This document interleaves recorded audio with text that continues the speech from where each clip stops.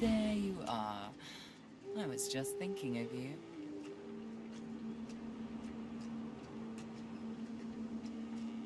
Indeed? Excellent. You've shown some ingenuity. Now show me more, and search every corner of those quarters. There must be a way to control this ship tucked away somewhere. Dying to hear them. Meister Siva is one of a rare breed. She'd do anything in the name of a cause, and her cause happens to be you. She's desperate to meet a living Godwoken. She'll be exceedingly pleased we're en route. We'd better not leave her waiting.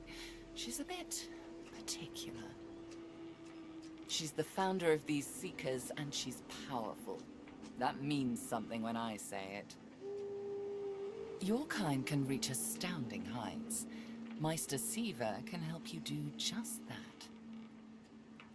A place called Driftwood hosts a putrid fish, putrid dwarves, and Meister Siva herself. You'll probably find it quite comfortable. Getting it done, come hell or high water. Likely both, eh?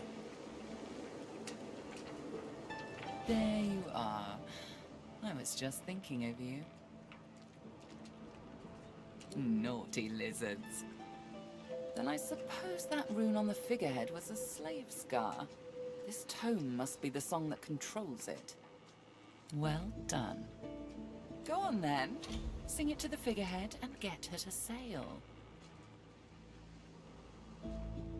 Her eyes suddenly flash a bright red.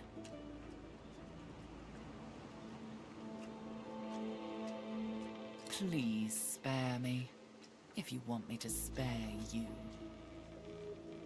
We need to move. Don't mistake me, Godwoken. The Order is coming, and they're coming for you.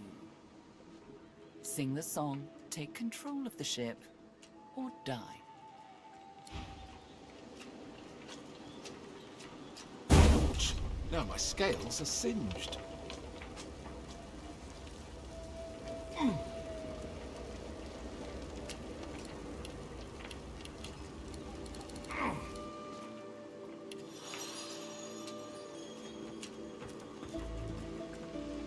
Missing hat, natty beard, vessel adrift.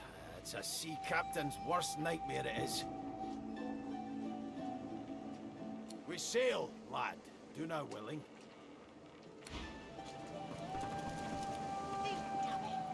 Your eyes brim with inquiry, so ask. What use Fort Joy had has been spent. New hunting grounds wait across the sea, so by all means, let us sail. Pretty nice ship, eh? Captain Losa. Has a ring to it, doesn't it? I had a little chit-chat with Malady earlier. She told me I need to find someone to, exercise the thing in my noggin. Apparently, I'll be able to find him near Driftwood, where we're heading. Exciting!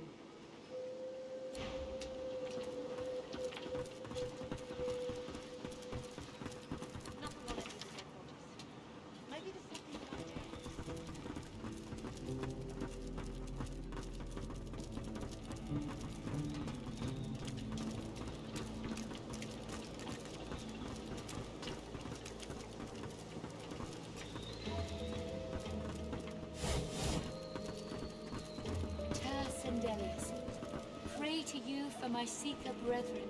Show us the path to salvation. Don't go any further, Godwoken. We need you alive.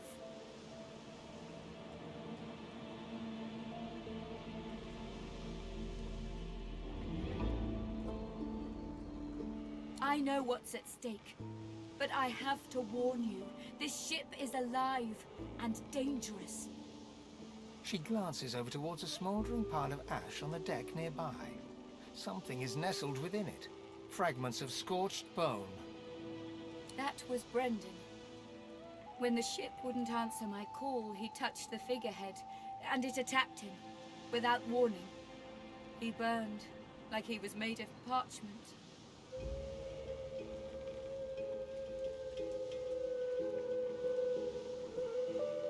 Her eyes flick over to the smouldering ashes once again, her head held at a despondent angle. Thank you. We were held captive together on this ship. He kept my spirits up. Now he's dead. She sighs.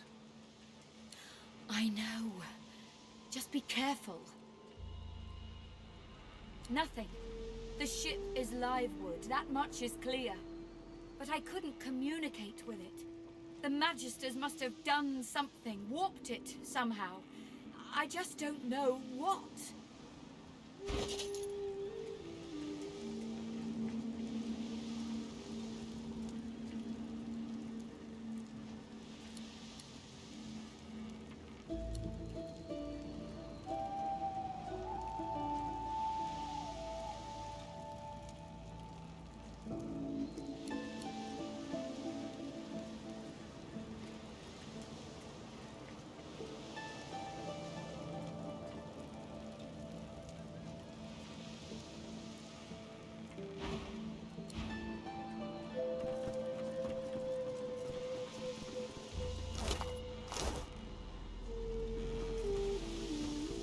Before you is a towering figurehead carved in the likeness of a dragon.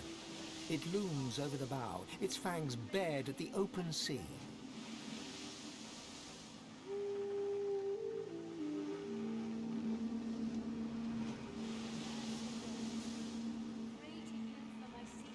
At that moment, the ship serendipitously creaks beneath you, almost like it is acknowledging your observation.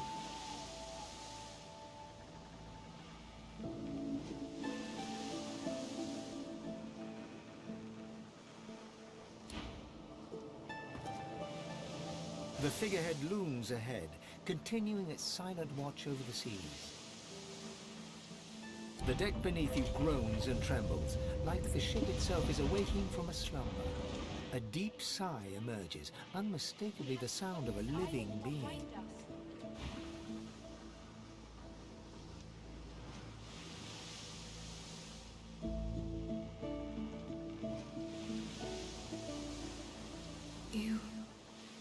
You are not the witch. You are not Dallas. You sang the song. Now you must decide my fate. Are you to be my new master?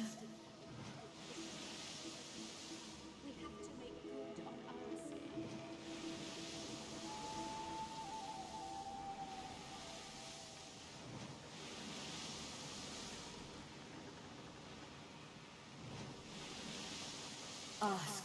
I am here to serve in all ways.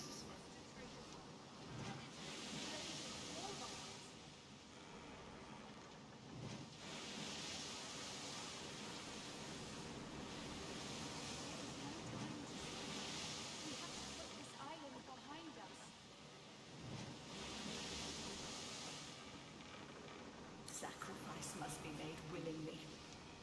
Our home was stolen from us. Magisters destroyed our way of life to end the war they started. Then they uprooted me and they tore me apart and turned me into this monstrosity.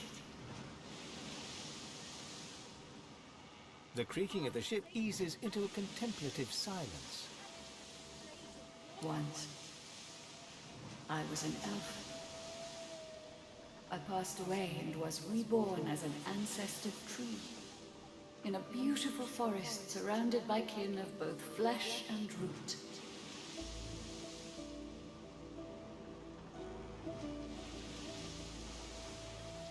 That time has passed. I saw that forest reduced to a dead place.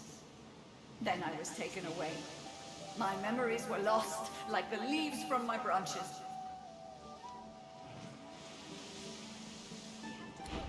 The ship's awake. Good. Is she ready to sail? Her fists suddenly clench into balls, and she leans toward you.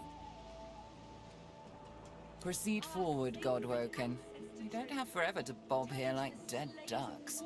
The Order is coming for you, and I might let them have you you do anything foolish.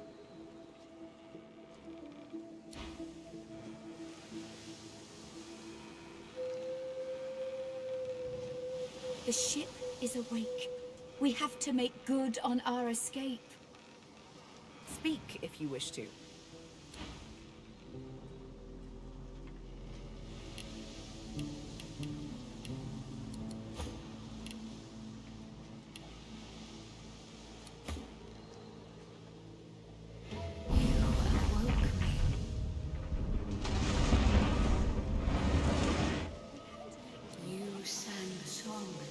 Now you must decide my fate. Are you to be my new master?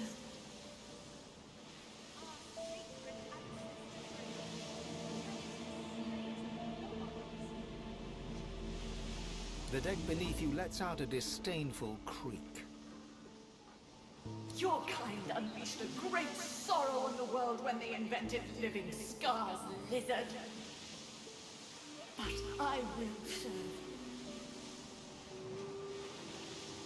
For I must.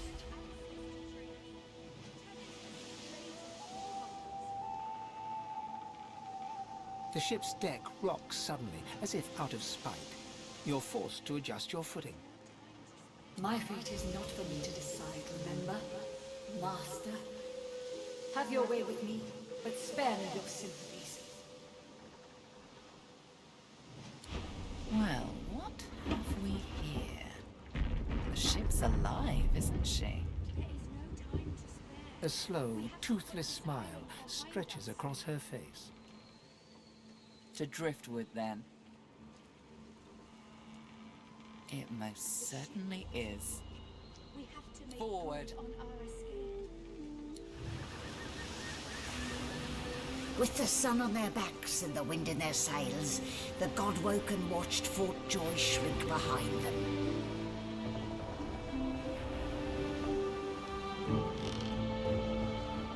But their capture of the Lady Vengeance had not gone unnoticed.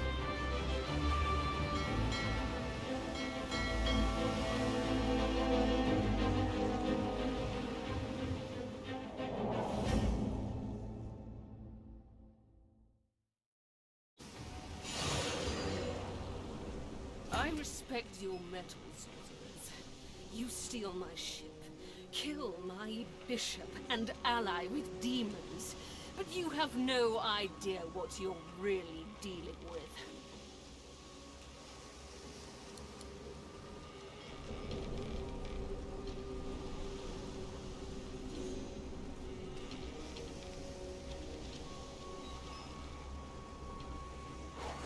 We are ready, mistress. Yes, but are they? I swear, mistress. I swear they'll perform admirably. Very well. Show me. Goodbye, sorcerers.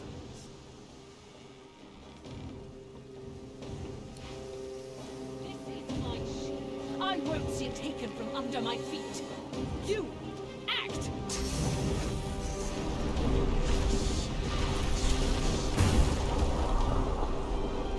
For the love of the void. Listen up. I can't win this one, but I can get us to safety. You'll need to buy me time. Show us what you can do, Godwoken. Godwoken. Parasites, rather. I'll take care of it, mistress.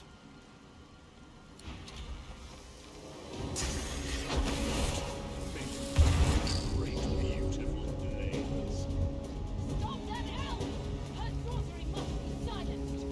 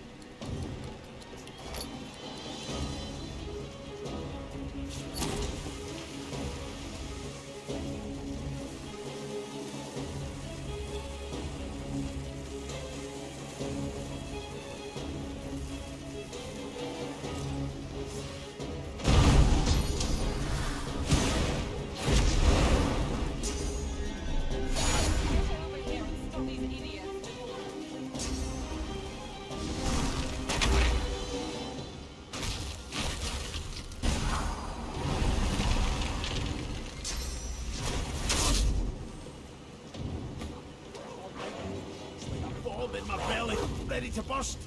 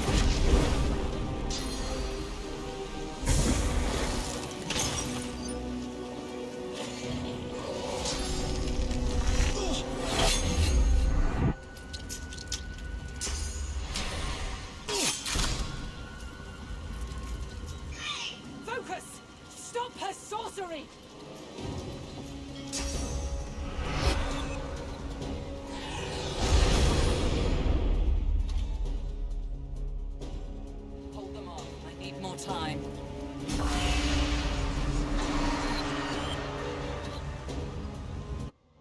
With the help of the half-demon Malady, the God-Woken escaped through the veil that separates life from death.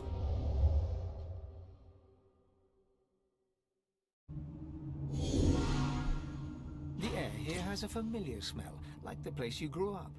Old memories begin to well within you, but the sweet sour smell of decay suddenly punctures them.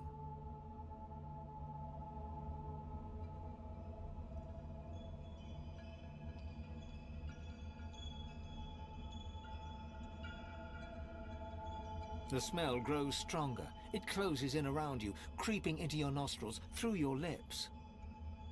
Then, suddenly vanishes.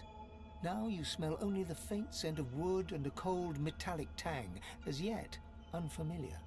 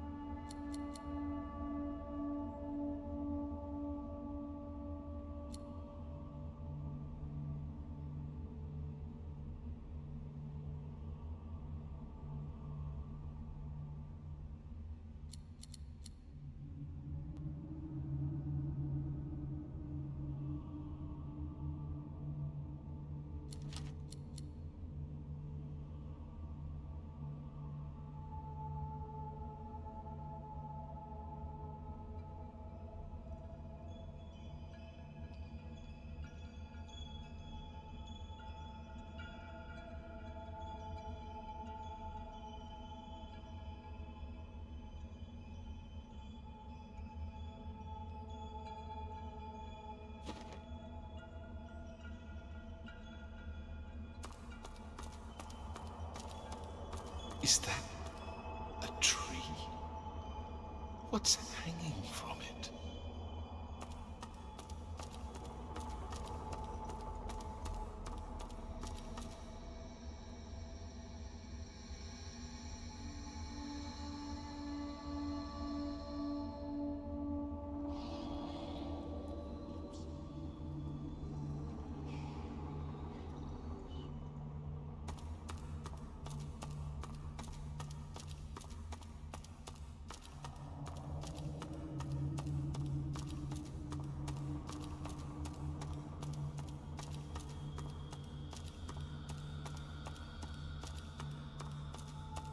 Must be a way across.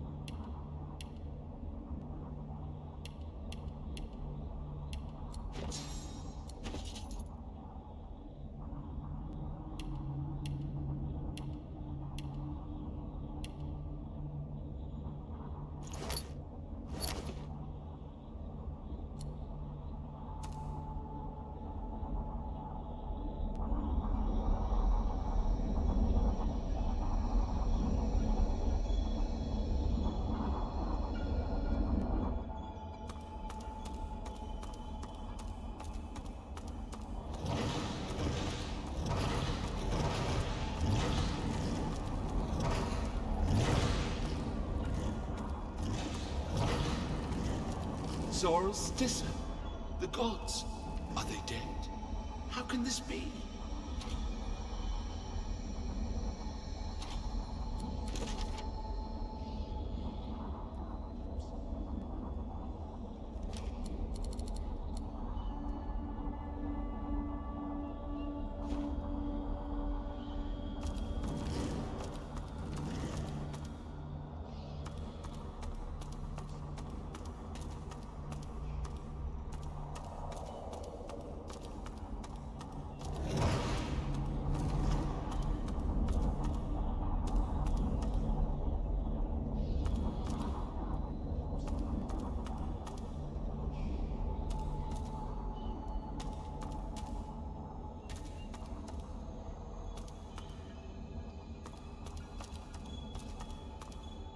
Ever-tightening cursed branches constrict the great dwarven god Duna.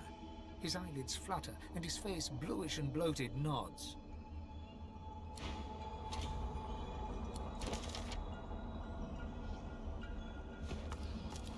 Ralik hangs limp from the tree, cursed branches constricting him, snake-like from foot to shoulders.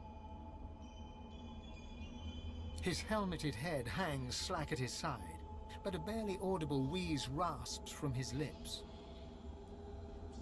Hurry! Amadia hangs before you, her face cut and bruised, her chest barely moving. You think you see a tear run down her cheek. You lean in. That's no tear. It's sauce. The shimmering liquid is seeping from her wounds and dripping to the ground below her. Before you hangs a great ethereal orc, his face twisted in a knot of pain as cursed tendrils constrict him. A small, stout imp winces under the countless cursed threads that bind her. Tight coils wrap Tyr's Endelius from head to foot. His still face is set to a glowering sneer.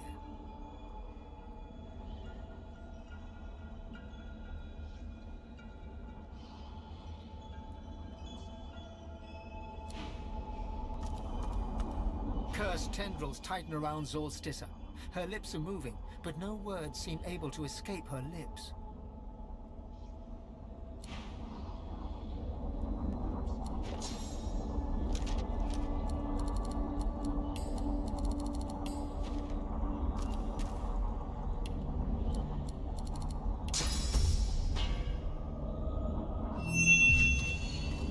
As the cursed tendrils slacken, Zorstissa inhales deeply, air wheezing into her throat.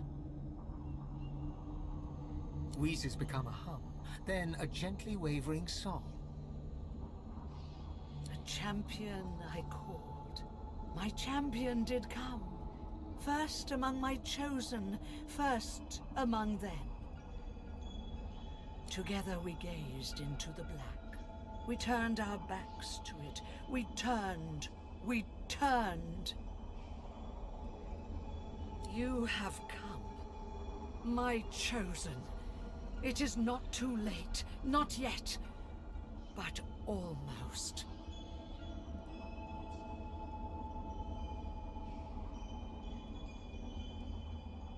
Our enemy has brought our great people to the brink. But you can stop us from falling into dissolution. Now is the moment for our people, our great people, to map out our destiny. I saw it as I drifted here, at the midpoint between reality and oblivion. I saw Rivalon. But there was no Rivalon. There were no people. No ancient empire, none of our people, none of our great works. I grow cold now, even thinking about it. It was not a dream, Godwoken. It was a threat. A promise from our enemy. The enemy you and you alone can stop. It was a vision of the void, and it made me tremble with fear. Yes, my chosen. I, the goddess, I who created you, tremble. Soon the Seven will be nothing but morsels in the maws of the void, unless you do as I bid you. Do what I blessed you for. You have already set loose some of the powers locked within you, but there is a great well of possibility as yet untapped. You cannot stop until you ascend to the highest heights of your power. You cannot stop until you become divine. Like Lucian, you will be called to unite the powers of the Seven against the Void. Like Lucian, you will lead our proud people to preeminence. But, unlike Lucian, your weakness will not lead you to foolish failure.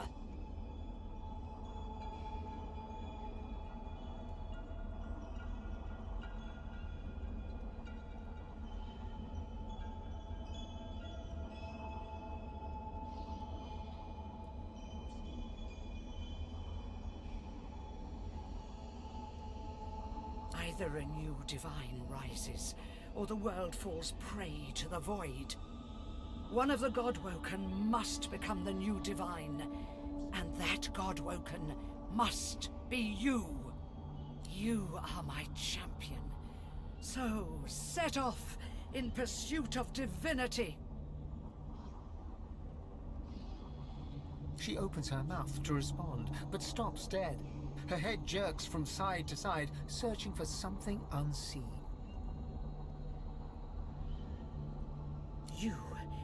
You must hurry. I hear it singing to me. Fire and ice, death and skulls, blackness, blackness. Go! White-hot cold pierces your heart like a blade. You are frozen to the spot. The burning cold pumps through you like a curse, and then...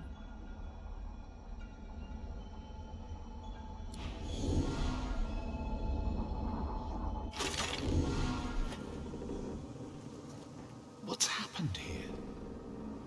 is everyone?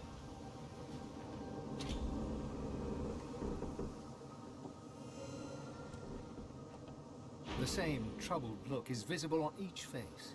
You've seen the gods beaten and defied, strung up as a warning.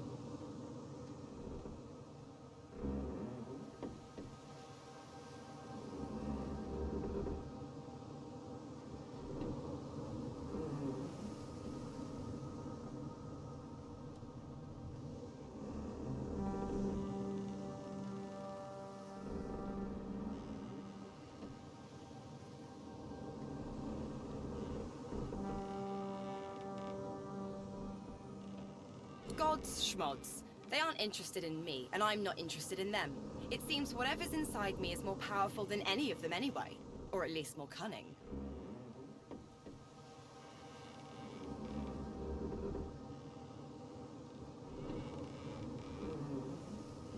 I've got my weapon, I've got my wits. And now, I've got a new enemy. If the Void wants me, well, I say let it come. I'm ready. What can yet be blessed, can yet be restored. One way or another, Divinity will survive. Through all of you, and all of me.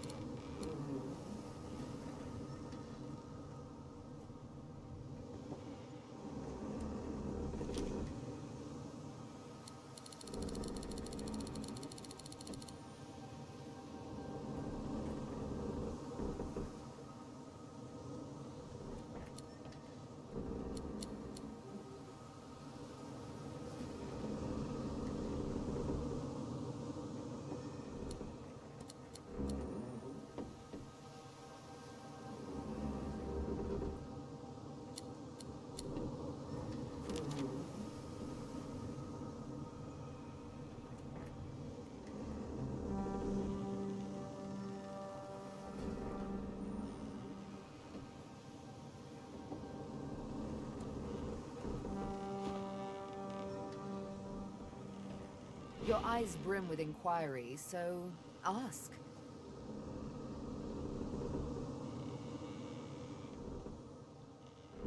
What I have seen is a cautionary tale. The world needs a divine, I grant you that, but look at what a god may be reduced to.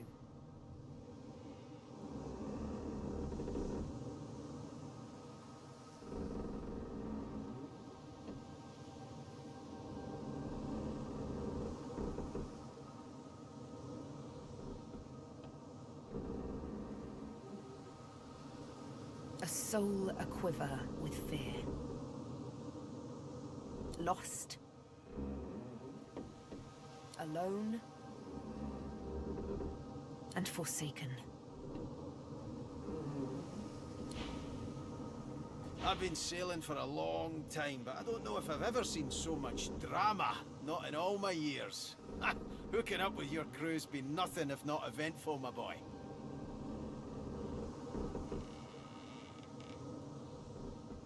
I don't know. I've never been one for worshipping. I always figured if Duna really existed, he'd show himself. I mean, am I really supposed to ask some invisible dwarf in the sky to grant world peace? Or give me a pony? Yeah, it sounded like a waste of time to me. But, then he showed himself. He said he could help me free our people if I helped him. And I left with more questions than when I started.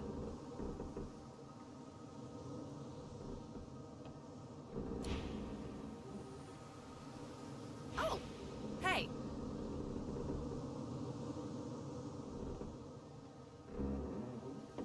Hell if I know. They talk to you, not me.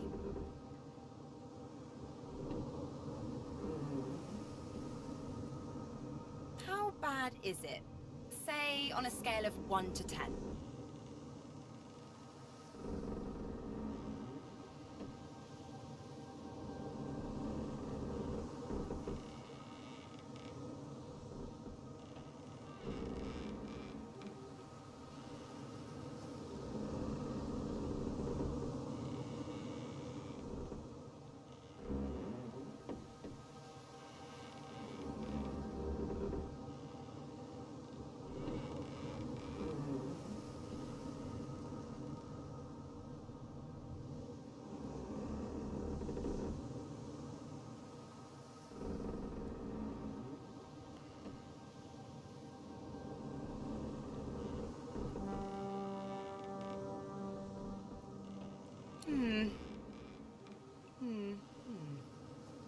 Interesting.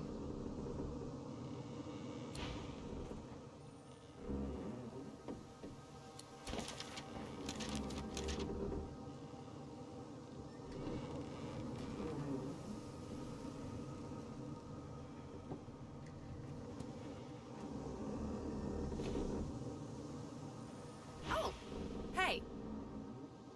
I need to get stronger. This is more serious than I thought. Look, I like you, but don't get in my way.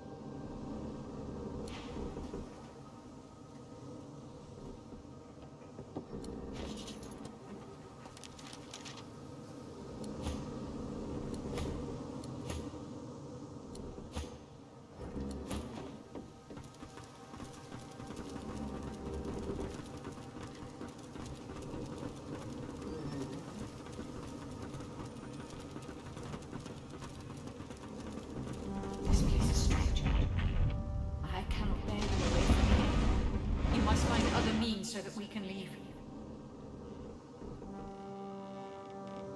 Death washed over me as we entered this place. I felt many lives extinguish in a single moment. But others still draw breath. They are sheltering below decks. The one who brought us here. The demon that wears the face of my kin. Only she can set the course back to the land of the living. She is here still. I can feel her.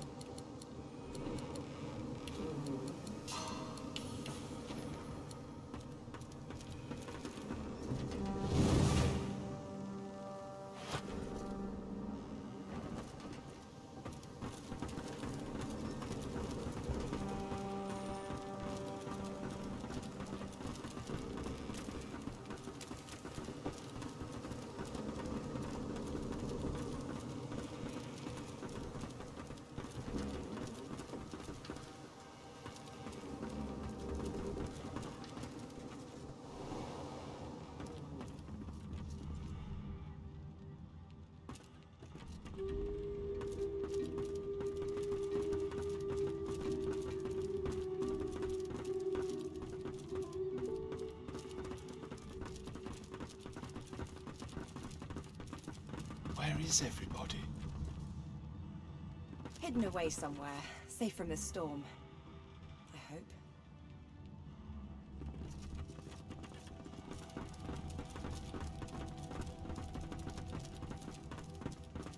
Not a soul down here.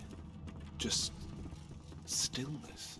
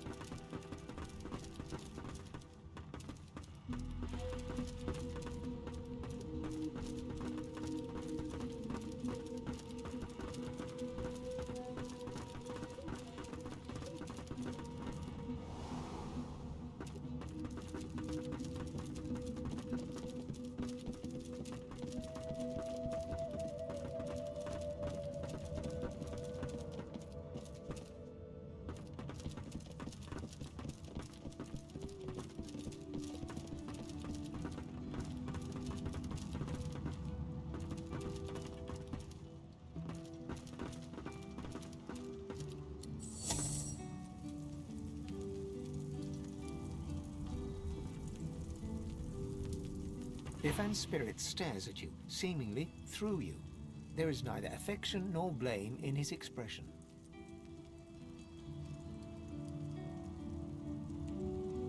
He gives no sign of seeing you. Ivan's eyes flicker rapidly from side to side, as if trying to take in an expansive sight. He whispers, "Gleku Duma, Gleku Duma," over and over, and suddenly you seem to hear the chattering of thousands of elven voices in the distance. Then, before your eyes, his spirit dissolves into the sound, his own voice joining the cacophony that you can hear. That you could hear, for now no sound remains. All is calm.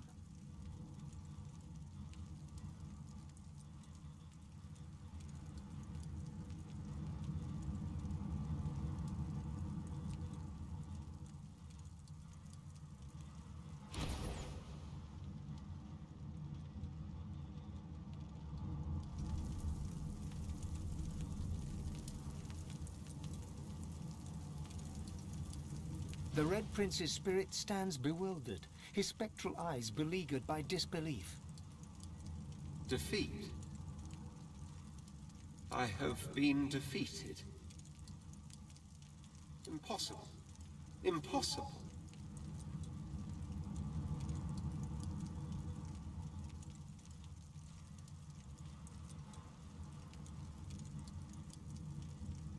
No. The Red Prince does not perish. Even here I hear the voices of destiny whisper.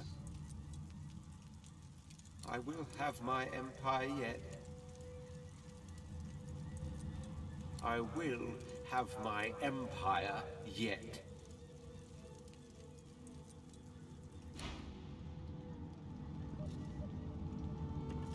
I will not fade. The sun shall find me. She will set her loved one free.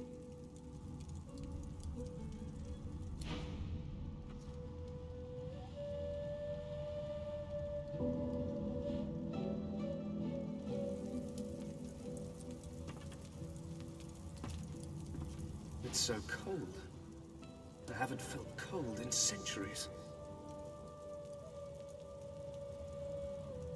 What happened? I just remember... Oh no. No, that can't be right.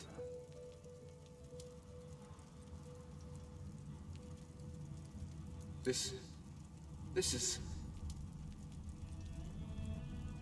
wonderful! What a fascinating experience!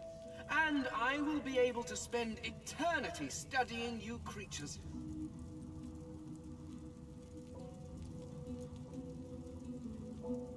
No more having to watch from the shadows. No more having to walk mysterious social tightropes. The skeleton pulls a notebook from the folds of his robes and starts scribbling.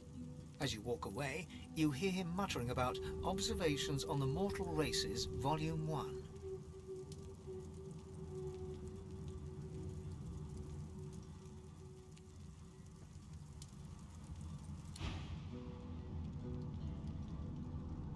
Thane is busy scribbling in his ephemeral notebook.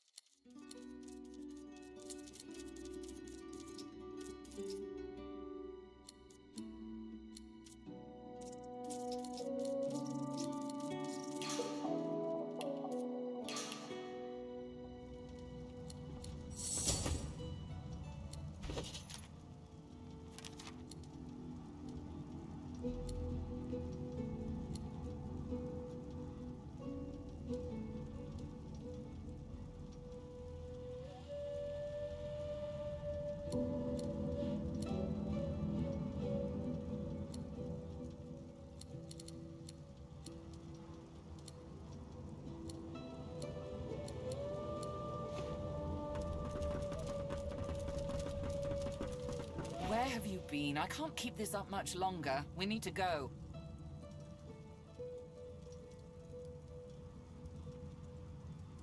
There's no time. I can't hold us here. Brace yourself. This might hurt. A lot.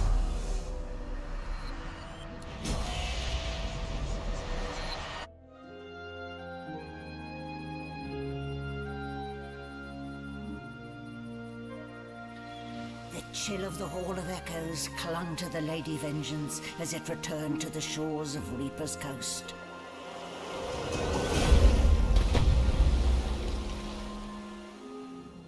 The Godwoken were alive, but what of the gods?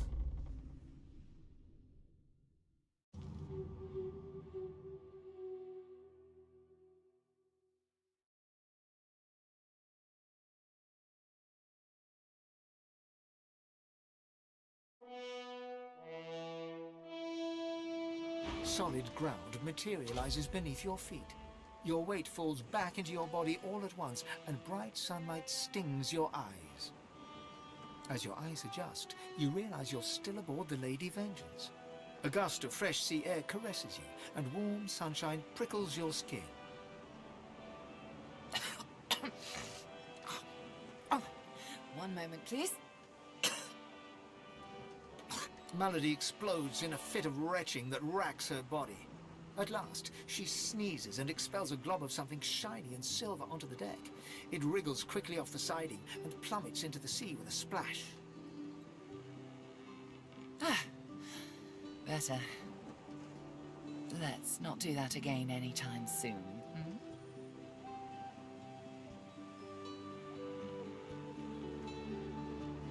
Oh, don't start. It was all I could do to save a few of them. It's no mean feat bringing an entire ship full of unspent souls to the Hall of Echoes, you know.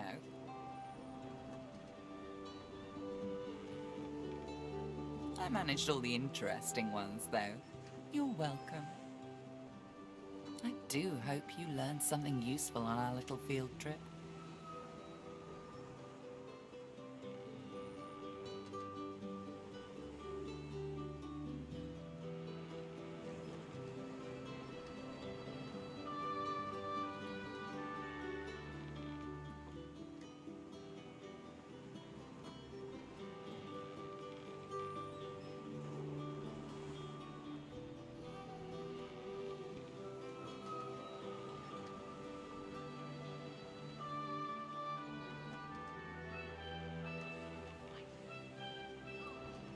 Desperate how?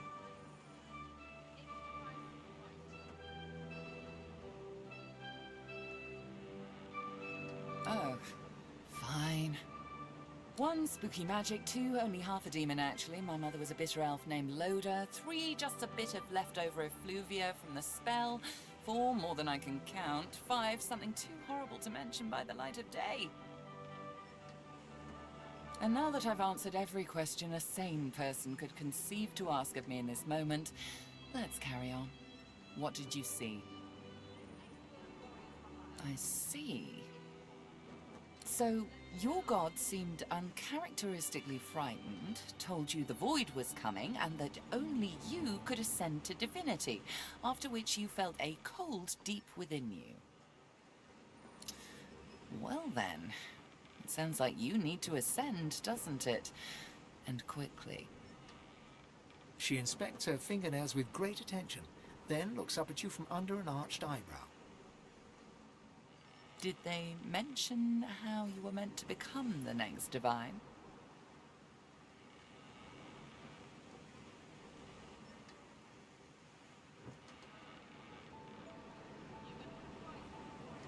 Well, luckily for you, Mama Malady is here to help.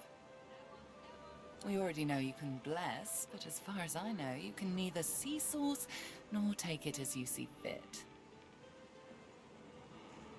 I may not know much about divinity, but I do know that any godwoken worth their salt will know how to perform all these so fantastic feats. You need to go see the Meister.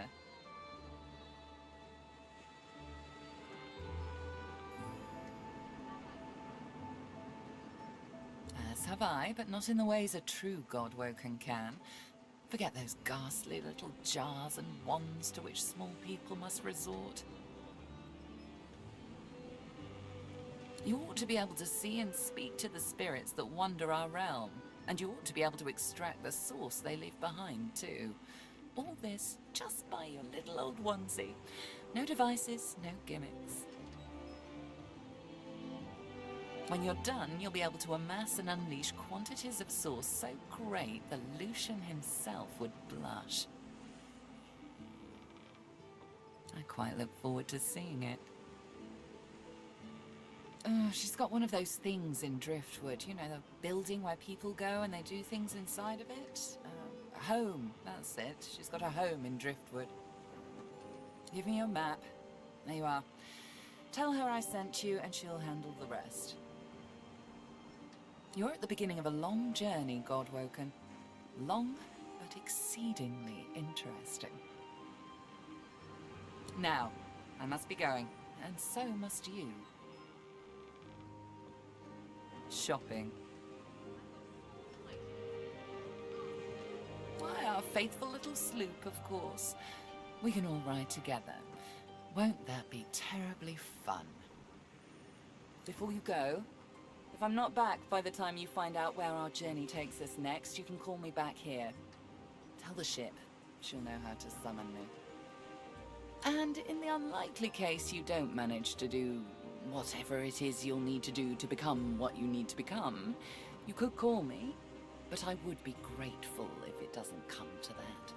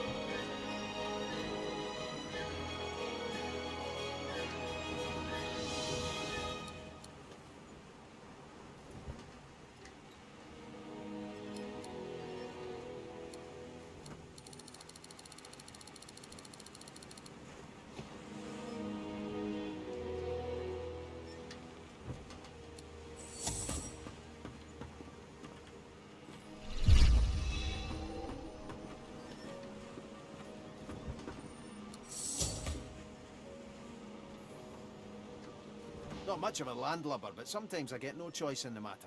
Besides, there's business to take care of. Malady said this Meister lady's the key, so we follow her lead.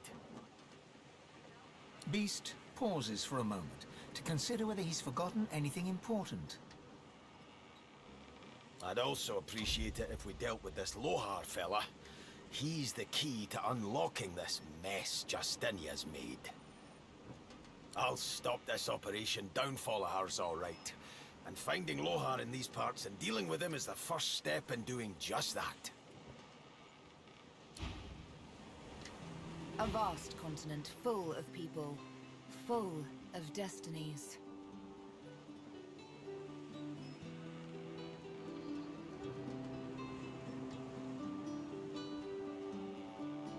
Ha! A tale of cloaks and daggers and daredevilry. You up for it? Wonderful. She bows with thespian flair. Imagine a black room. It's been your room for years. You know it by touch more than sight, for it's always dark.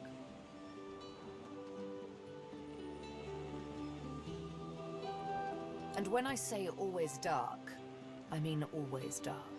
You're either in the room or in the box, for it's in the box that you travel. You're only let out at night, because you only hunt in the night, with the Master's voice in your ears urging you on. And after it's done, you lie down in the box once more, with wet hands and mad red thoughts.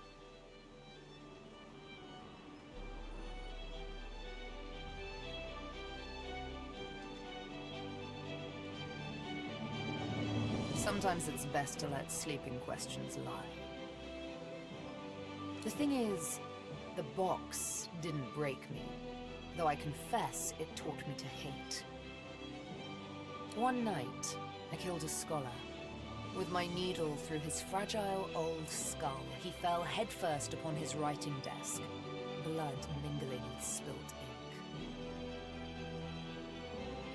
It's when I saw the ink that timid thoughts of rebellion first bloomed. Back in my dark room, I dipped my needle that killed the scholar in his own ink, and engraved his name in my skin.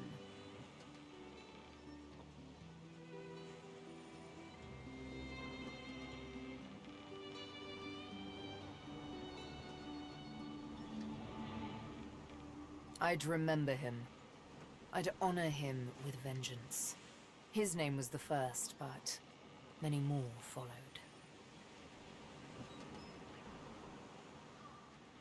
Of course. She bares her left arm and shows you the name. You softly run your finger across it.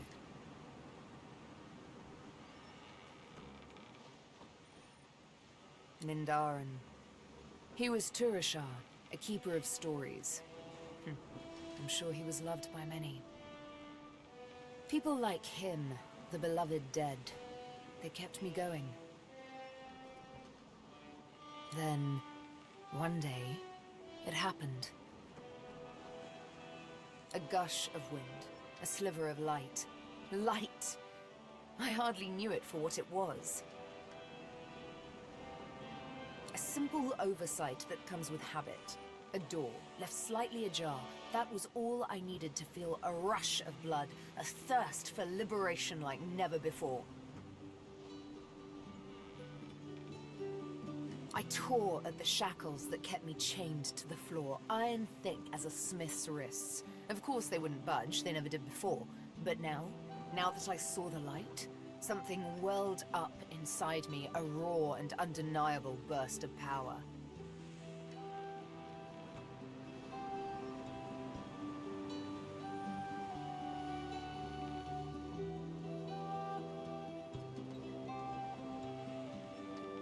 The shackles broke, and next thing I knew, I was free.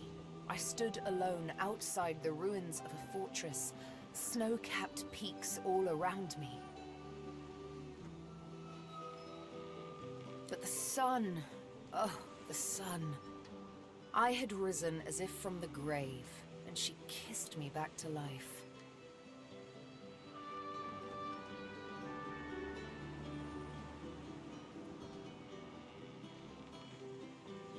Why, I traveled back to civilization and had myself a long, luxurious bath.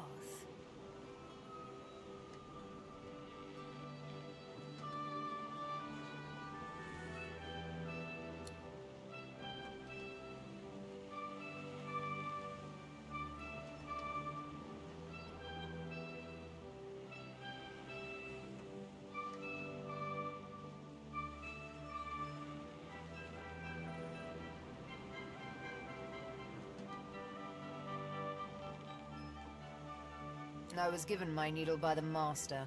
Guess I'm just sentimental like that.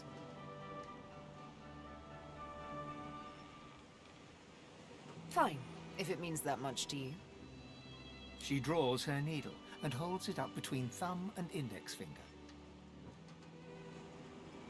Go on. Ever so gently touch the tip.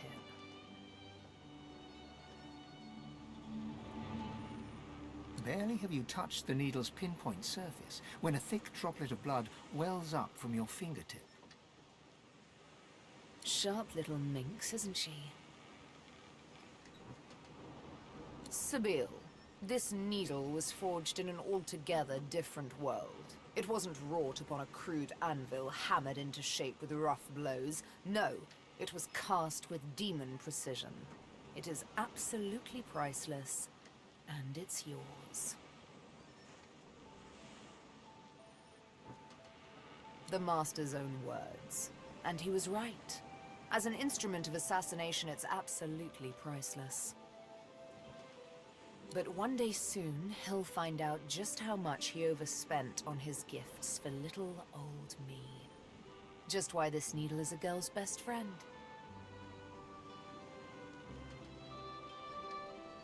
One might say I'm a bit of a sucker for poetic justice. Didn't you hear, Melody? We're off to find the Meister. And the Master. As such, my first priority remains to find Roost. He is the pawn that will eventually topple the king.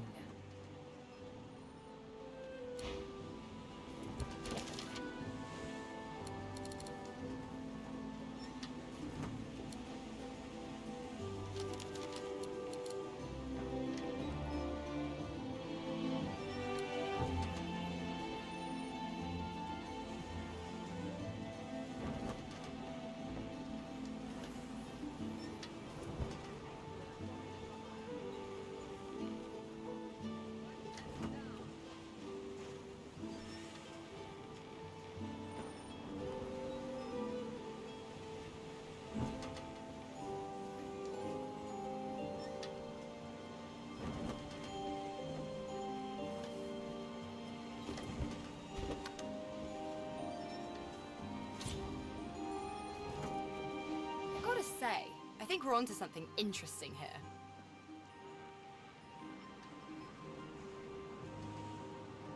What, this old gaggle of weirdos? Oh, she's all right. A lot of bark, but I think she really cares about what we're doing. Better that than a sweetheart who'd sooner watch you walk off a cliff than shout, "Look out!"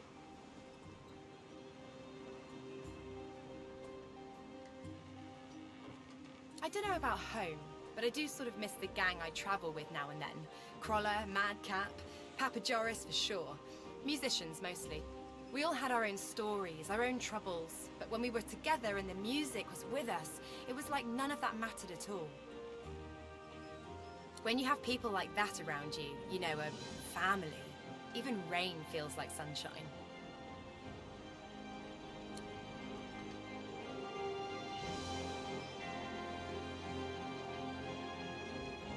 Well, I think I should focus on getting this demon out of my head. And of course, I think you should help me. And if we pick up a few new source tricks along the way, so be it.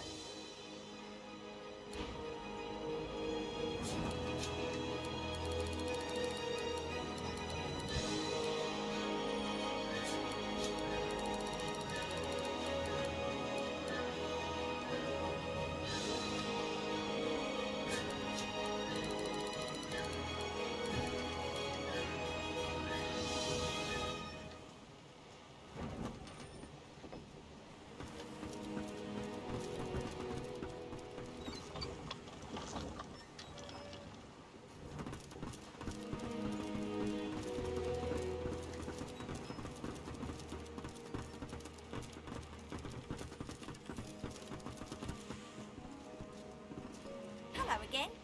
That's twice now you've saved my skin. And I think it's time to start repaying the favours. I could fetch some stuff you need, maybe. Ma always said I was a great runner.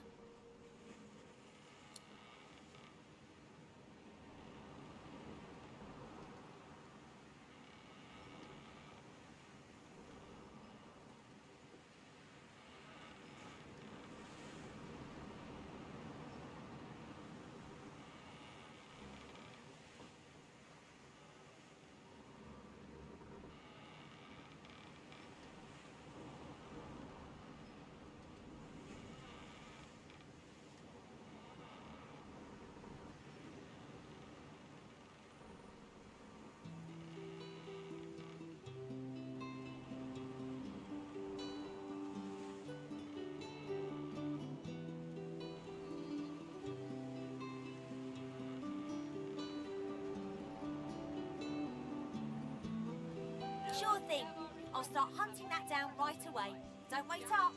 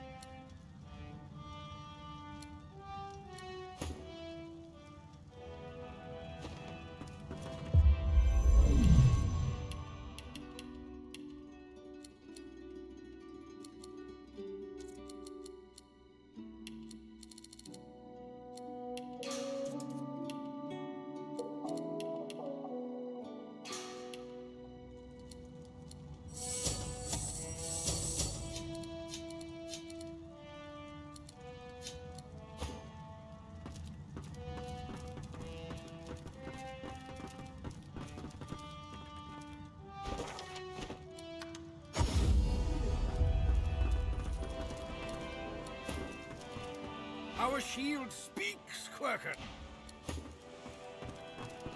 Allies behind.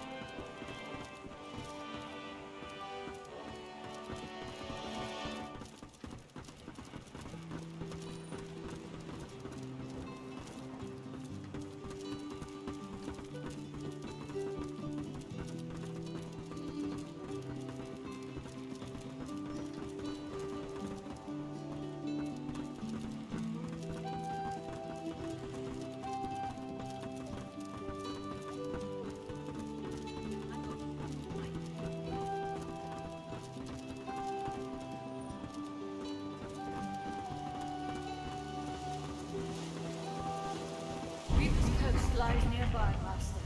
And you are ready to sail elsewhere, I should.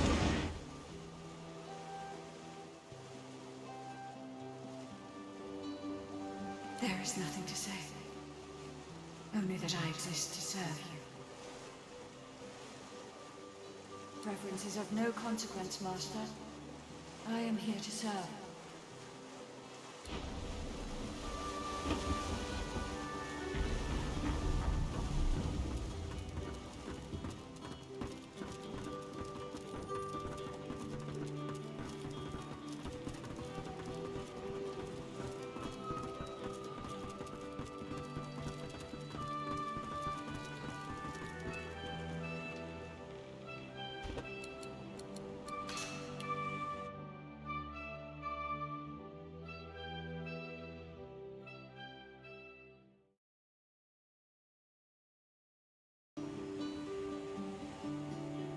Hail, friend, and remember, in Lucian's love there can be no wrong. No one's ever regretted having extra help. I expect Malady has an answer to that. It seems she's got it all in hand. Only as often as I need his guidance, Godwoken.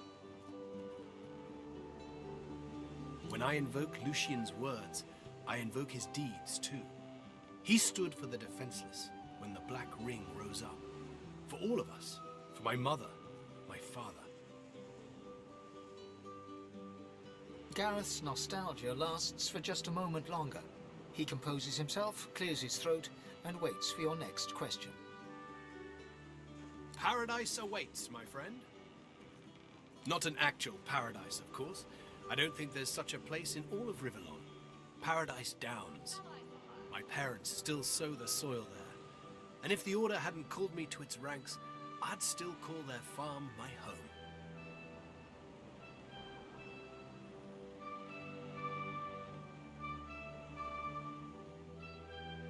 I miss it.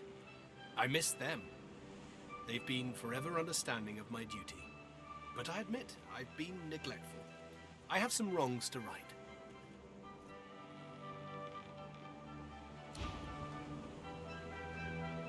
Hail, friend, and remember, in Lucian's love there could be no wrong.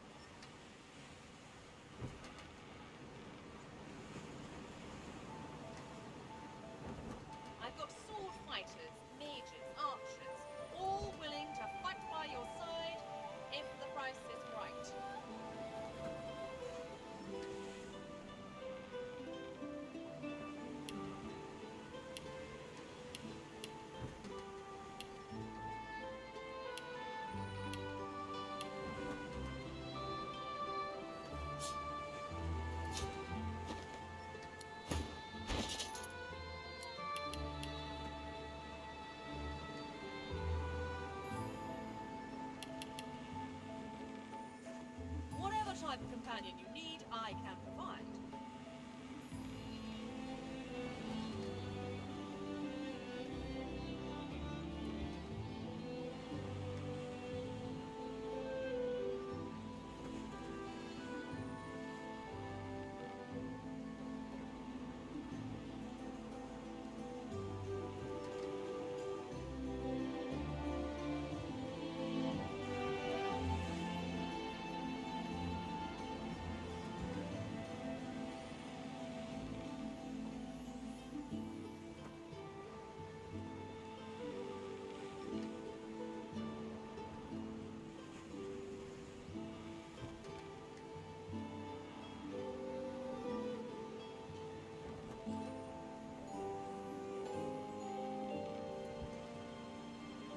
Expert warriors for hire, all seasoned in combat. They won't let you down.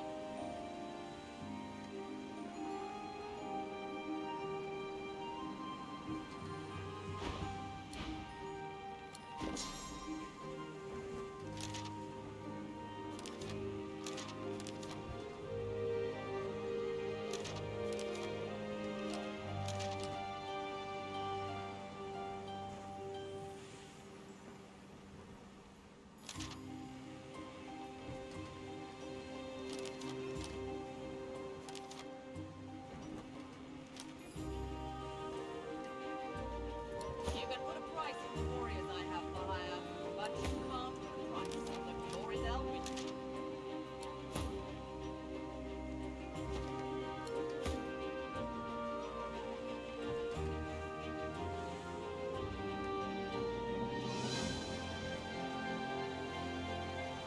Hail, friend. Remember, in Lucian's love there could be no wrong.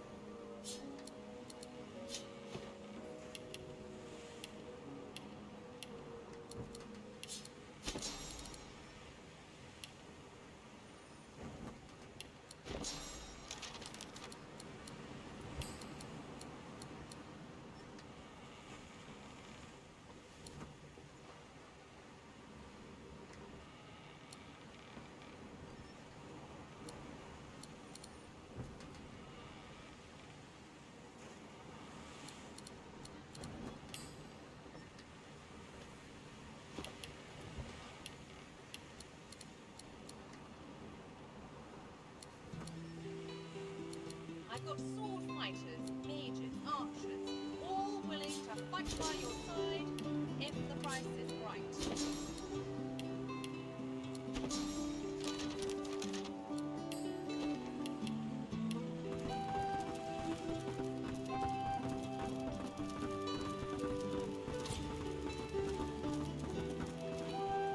I hadn't realized I was in such illustrious company when we met before.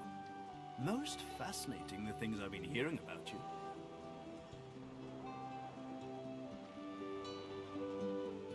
That you're, how did Malady put it again? A God-woken. Yes, that's it. Quite remarkable if it's true.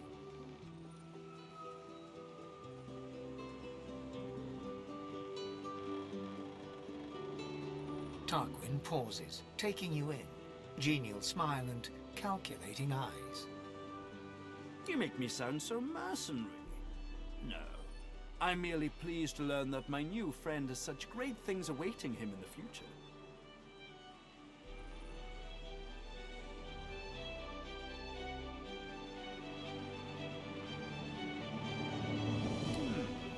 Both wise and well-mannered. You'll go far, I'm sure. I do hope I get to watch. Why, it was your ally, Malady, who spared me. She claimed that I might be of some use yet. Rather flattering to enjoy the favor of such a powerful being.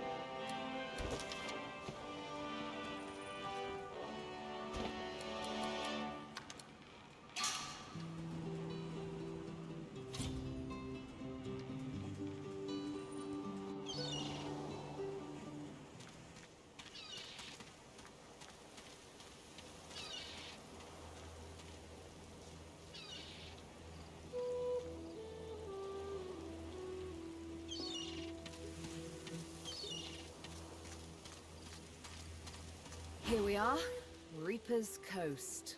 We made it.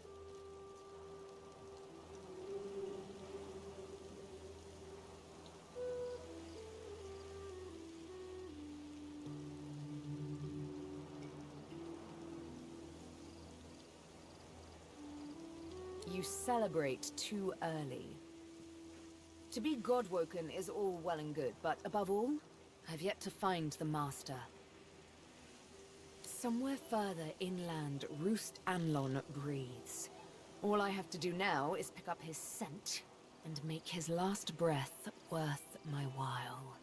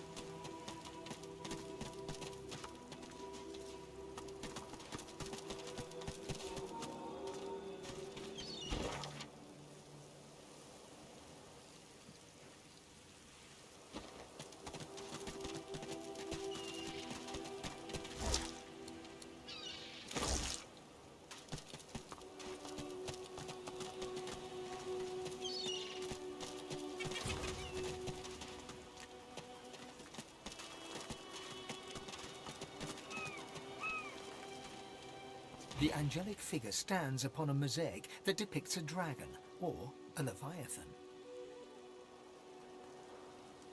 Your body is still, but your soul floats upwards. You see yourself when you look down, content, safe.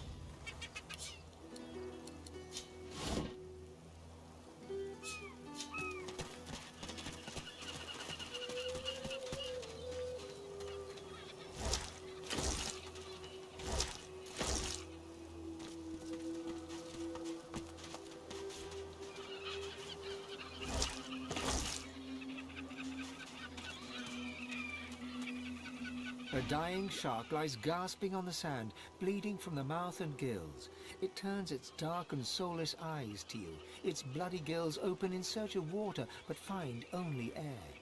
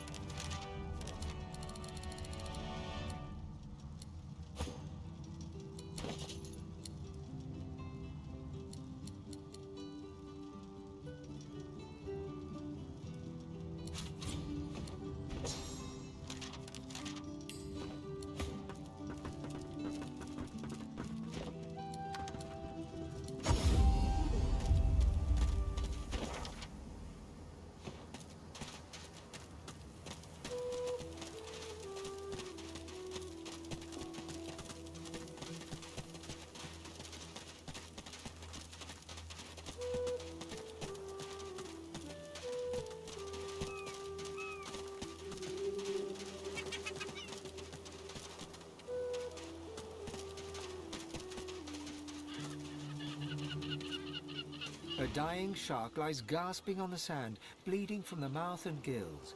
It turns its dark and soulless eyes to you. Its bloody gills open in search of water, but find only air. It gasps in the air, struggling for the breath to speak. Its own blood froths at its mouth. No! Die here! Monsters in the water! Monsters in the deep!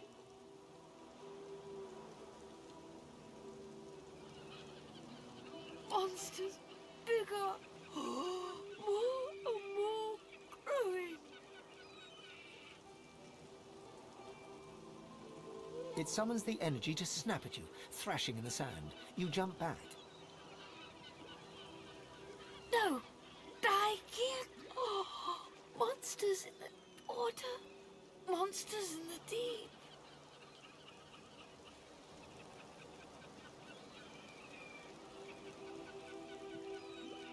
Monsters in the deep! The world is dying! World is dying! The shark lays there, gasping quietly in the sunshine. Blood bubbles at its mouth. You leave it to die and turn away.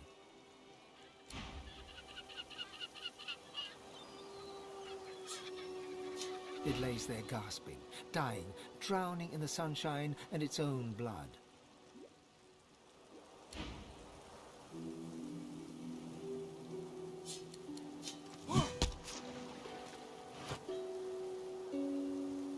It lays there gasping.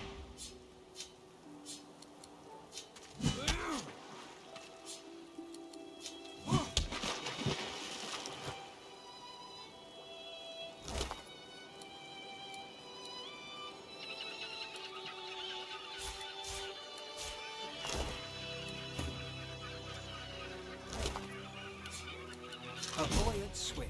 Your name is Joe. You're 9. You're brave. You're off to see your mum. A shadow moves below you. A jagged vice closes on your thigh and pulls you down. Water fills your lungs. Blood billows.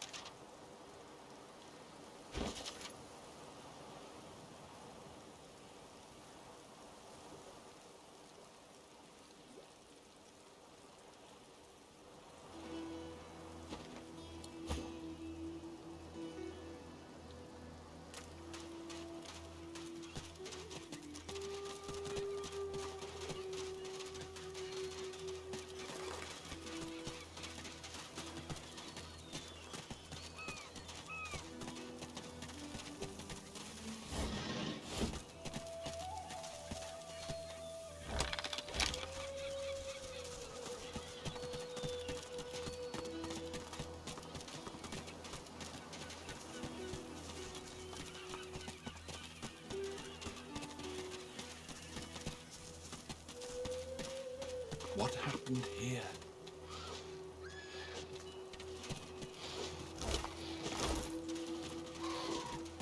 That Voidwoken had someone in its claws.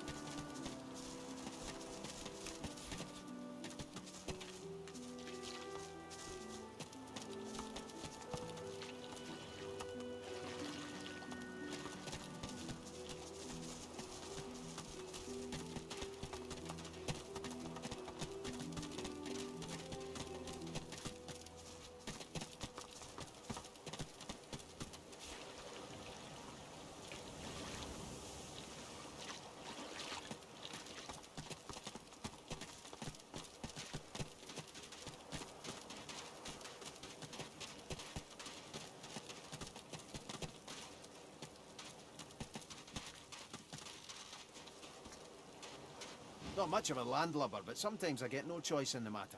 Besides, there's business to take care of.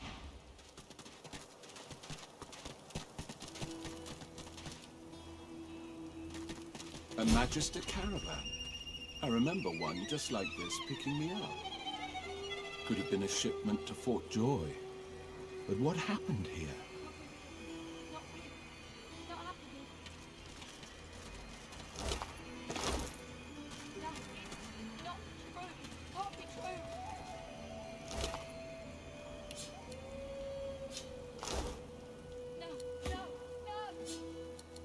From the dark, you stare up at the thin slivers of light visible between the floorboards. Shadows ripple across the slivers, accompanied by heavy footsteps, Magister footsteps.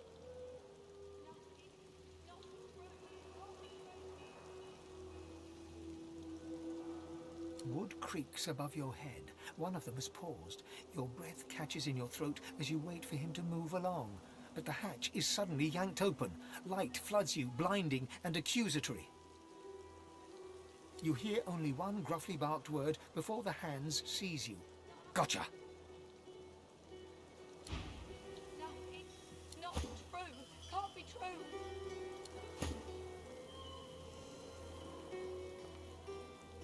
No. You remember a cold childhood in a no-hope fishing town, bullied mercilessly by a dwarf named Lohar.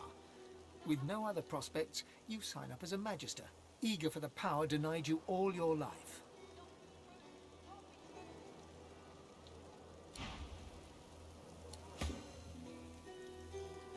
No.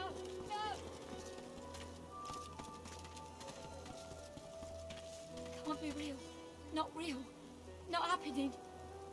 White as liquid salt, the dwarf flinches at your approach, yet she holds a short, clean blade aloft. Her fierce stance can't hide the trembling of her fingers. Back! Get back! I'll kill you, just like the rest of them. Shh, lass. I know you're all a fright. In times like these, I don't blame you. But I ain't out to hurt you. Now, why don't you take a few breaths and tell me what happened?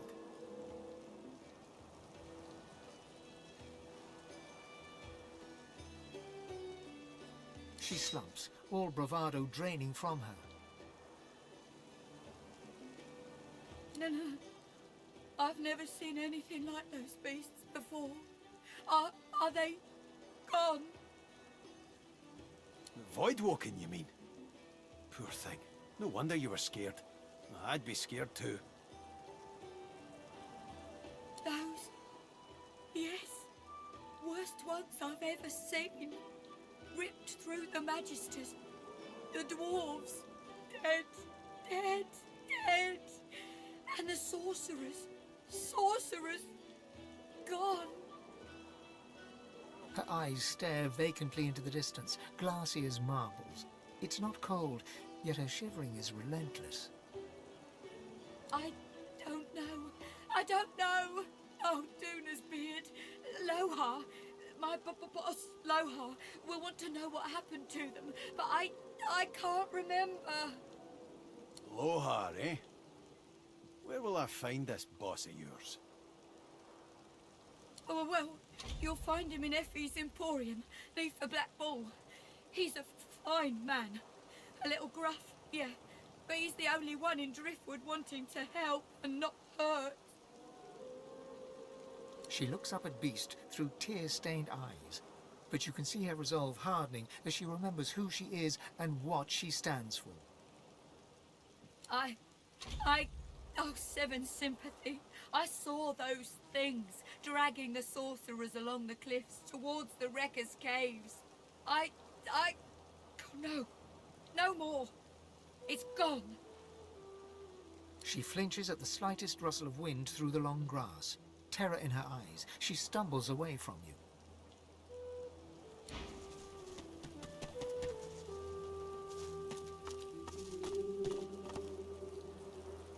Not much of a landlubber, but sometimes I get no choice in the matter.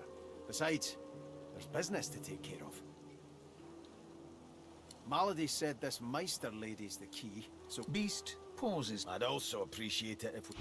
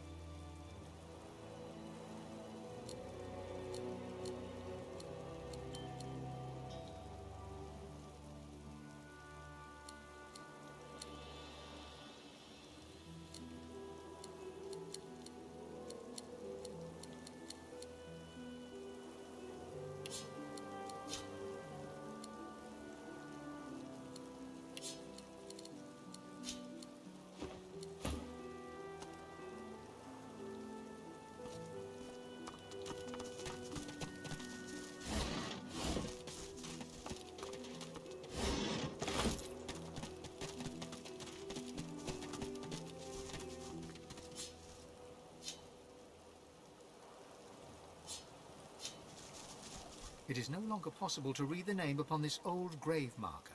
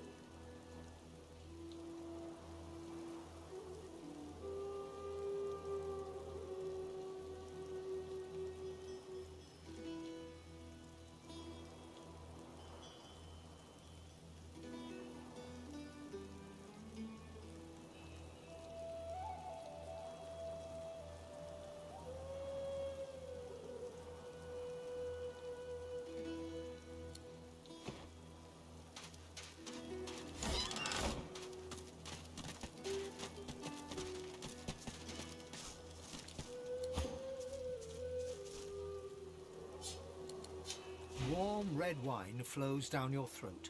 The languor of a tavern evening soothes you. Suddenly, shrieks rend the night. The Magisters have come. Warm red blood flows down your face.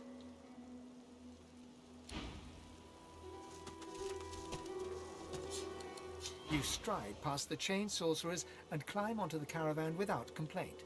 As you settle onto the bench, you offer Ralik's blessings to the Magister Guard. He offers only a bleary-eyed stare of disinterest in return before shoving the chained sorcerers aboard. As you watch them cower, you cannot help but feel annoyance.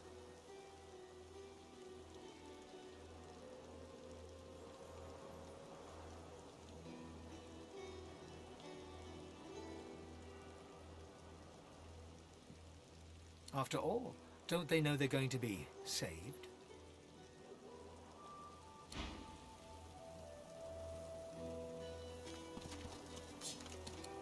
Collared by Magisters in the far north, you were force-marched to this foreign land. A moment of hope as a grinning dwarf removes your source collar.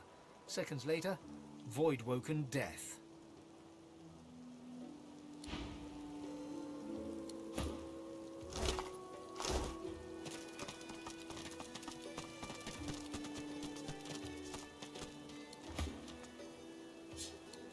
You twist your head around as the Magisters haul you away. Your wife and two boys stand in the doorway, helpless. You commit their faces to memory one last time. Wendy cries out something to you. You tell yourself it was, "I love you," or "We'll wait for you." But the truth is, you didn't catch it. The farm recedes from view behind you.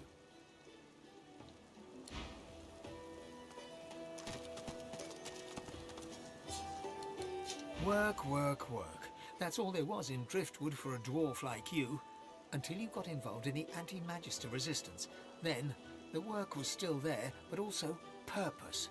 Purpose worth dying for.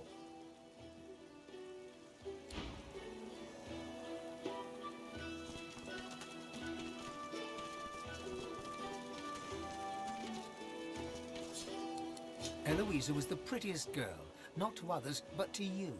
Her luminous eyes shone brighter than the moon. The day you collared her for Fort Joy, you wept every tear you had. You never cried again.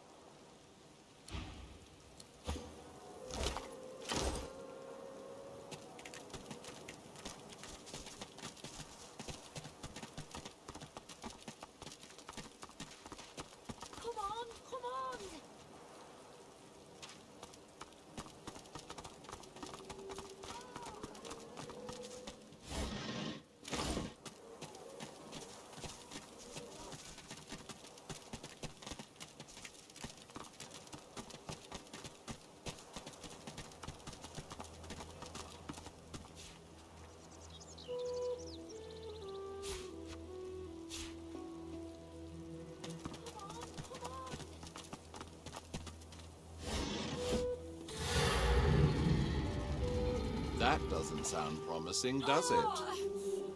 Makes my bones itch. the little boy lobs a stone across the river. It makes a long arc before plunging into the water below. Oh, Ma! Are you all right? Ma! A screech like metal dragging on stone grinds from across the river. You have to help her, please. You can't see her. She's in the house, and those things are all around. Void things.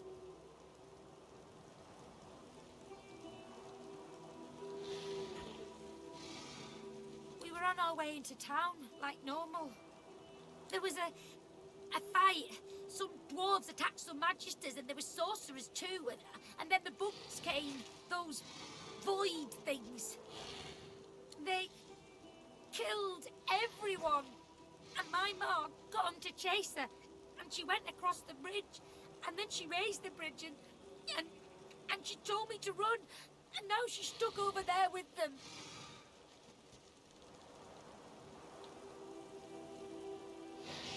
Not without Ma. Family doesn't just leave each other. If those things get to Ma, they can get to me too. Are you going to help me?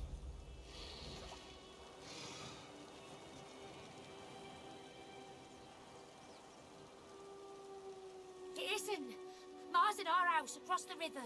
The bugs haven't gotten in yet. I know she's inside. All you need's a way across.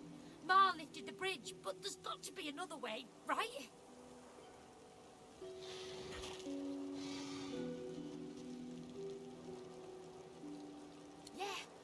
Yeah. You make one, and I'll... His gaze shoots to the ground. He grabs a small flat pebble and chucks it across the river. Again, it lands in the water below, well before reaching the other side of the cliffs. I'll keep distracting him.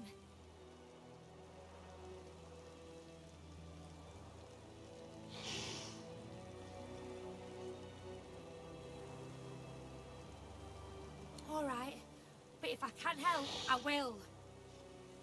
He performs a divine order salute. Now go out, Ma!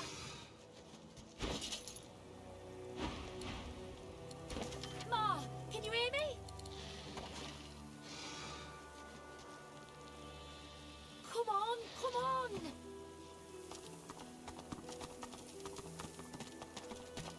What are you, Mum?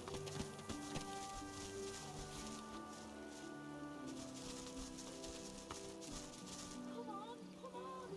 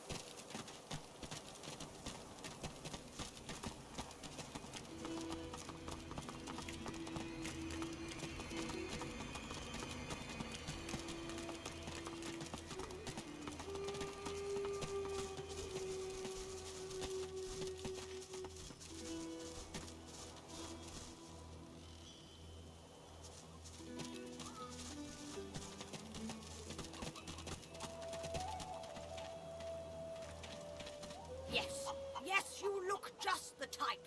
Egg thief. I knew it. I found the culprit. Tell that to Big Marge, if you dare. Eggy, gone. Baby Eggy gone for good. Help! Help! Help! Help! Marge knows. Marge saw. Ask Marge. Did you hear? The eggs are gone. Gone for good. No one to keep them warm. No one to keep them safe. Not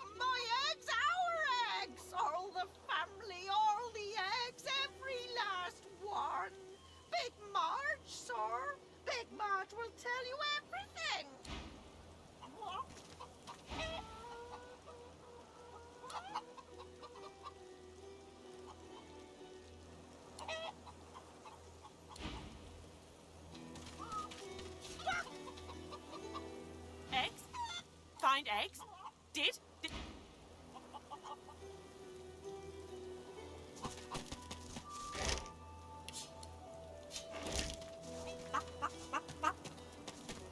Ah, it's you. Ah, you. The one who's not...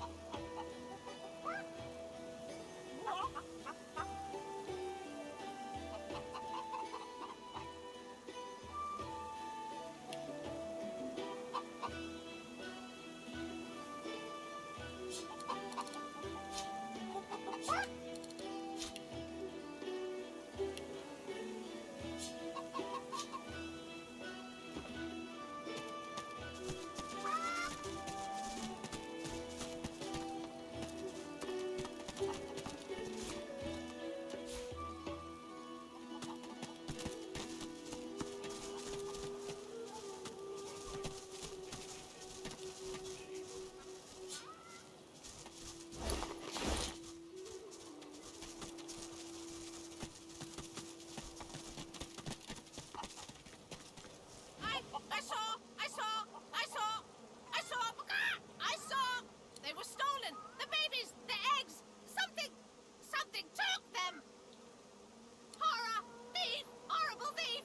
It came in the night! It took the eggs! It scrambled away fast! Big! Big as a cow! Big as a house! And many legs! Too many! If I showed you, you could bring them back! You could bring them back! Map! Show me your map! In a flurry of feathers, she leaps up and picks a small hole in your map.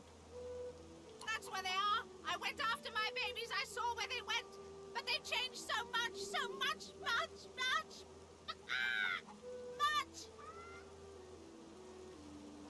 Bring them back!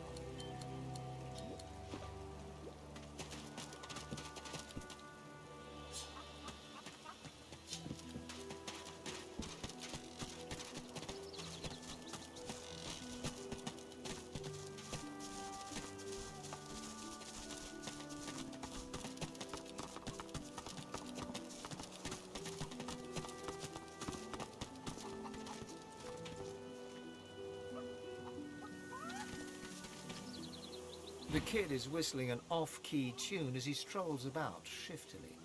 He raises an eyebrow at your approach, but says nothing. Ain't up to out. Just looking for someone. Sina, Ben Mesd.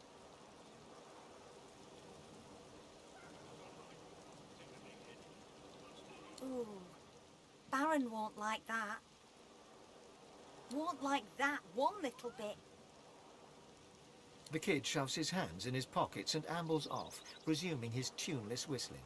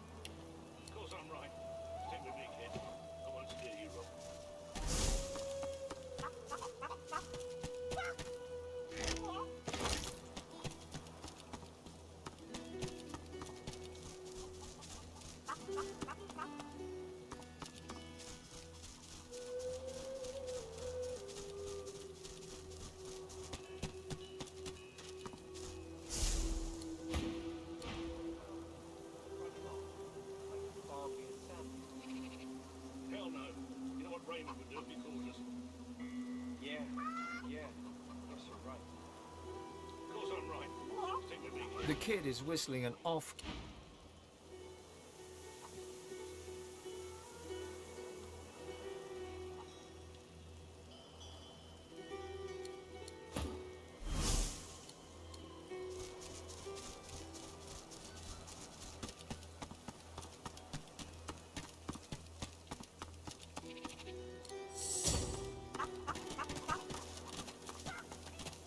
You ever think about running off? Get yourself in check, boy. I won't have you running off like Millicent and Tully. You'll just end up sliding down some Voidwoken's gross gullet, piece by piece. The older-looking Magister notices your presence. He wipes his grubby hands downward across his greaves, as if to wipe away the grime, but instead smears more dirt onto them. Halt, Scaleskin! What word do you bring?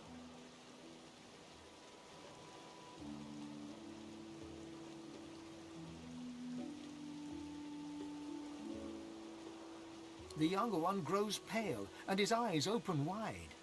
The Magister that greeted you remains stiff, as if enduring a harsh wind. The Voidwoken come. Hush, Fedder. You may pass, Lizard. Dare say he'll be aching to leave before long anyway. But before you do, find Raymond, the White Magister. He'll want to know what you've seen. Be quick, mind. He's set to sail any moment. He nods his head in the direction of the bridge, but offers no other instructions. You ever think about running off, like Barnaby and Sam did? Hell no. You know what Raymond would do if he caught us? Yeah. Guess you're right. Of course I'm right. Stick with me, kid. I won't steer you wrong.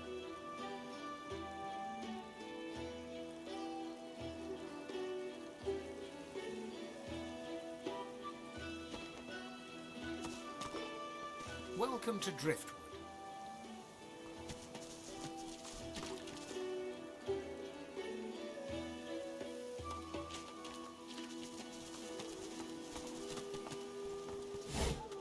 You ever think about running off, like Barnaby and Sam did?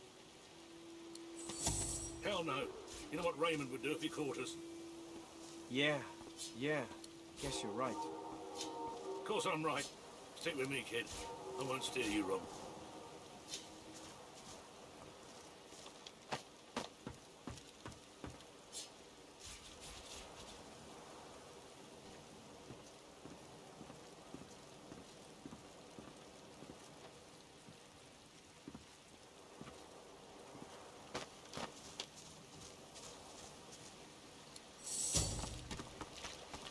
The silent monk, like every other, has nothing to say. The silent monk's stitched lips are the color of sea ice. The expected happens. Of course I'm right.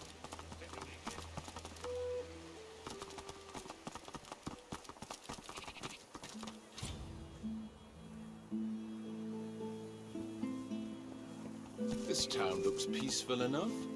Let's find out if looks deceive.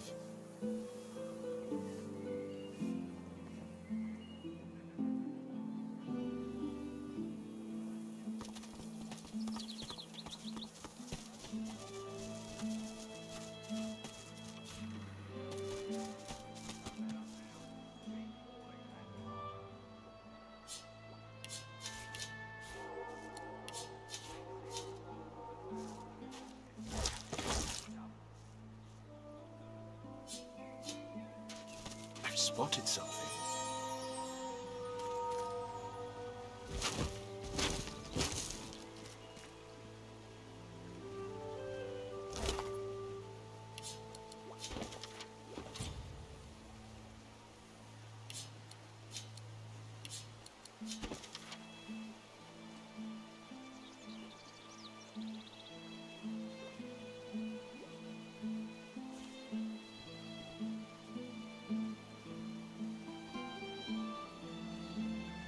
This poor unfortunate died just when he thought he was free.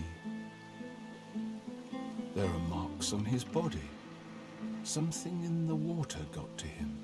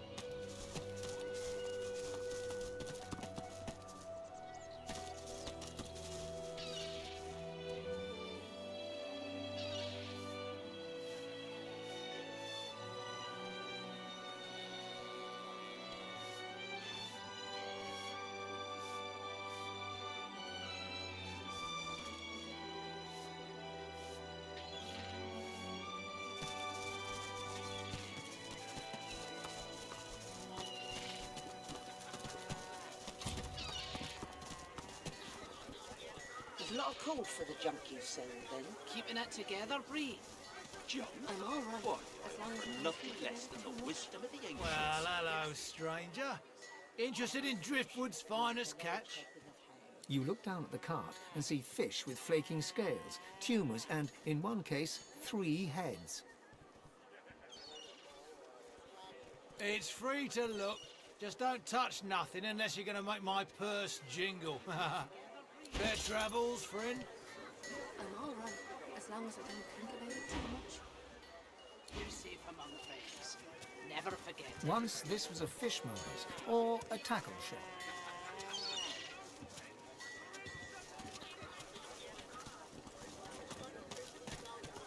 Enjoy your freedom while you can, lizard. Your day's coming. Oh, yeah, it's coming all right. Good day.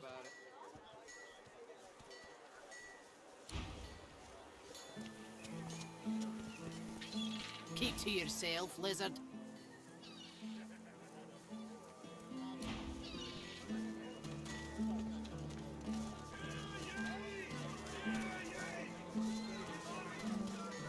Prices are up, and it's your fault. Go on, get lost, warmonger. Anything that will protect against cold wipe. I can turn aside fire, cold and poison. But void walking smells worse. Calm as a coiled spring held tight, this silent watcher stands tense before you. It seems to be waiting for something, but what is not clear. Don't come visit your tongue. Who will? You needing supplies? I'd stock up if I were you. It's madness out there. Never seen anything like it. Anything more?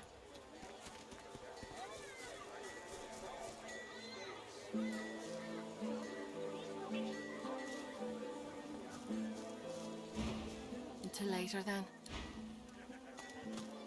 There's a lot of code for the junk you sell, then.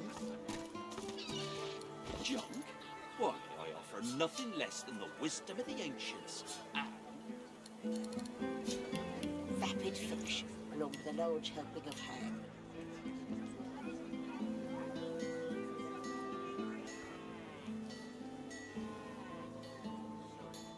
Keeping it together, Ree. I'm all right, as long as I don't think about it too much. You're safe among friends. Never forget it.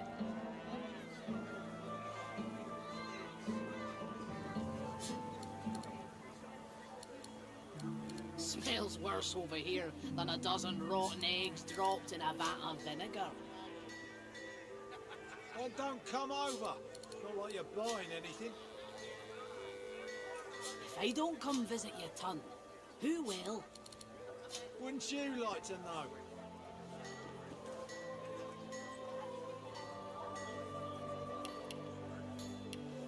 Keeping it together, Ree. I'm all right, as long as I don't think about it too much. You're safe among friends. Never forget it.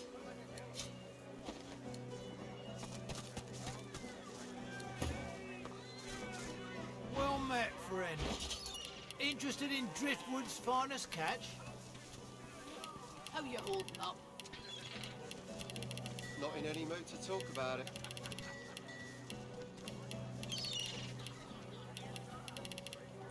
There's a lot of code for the junk you sell, then. Junk?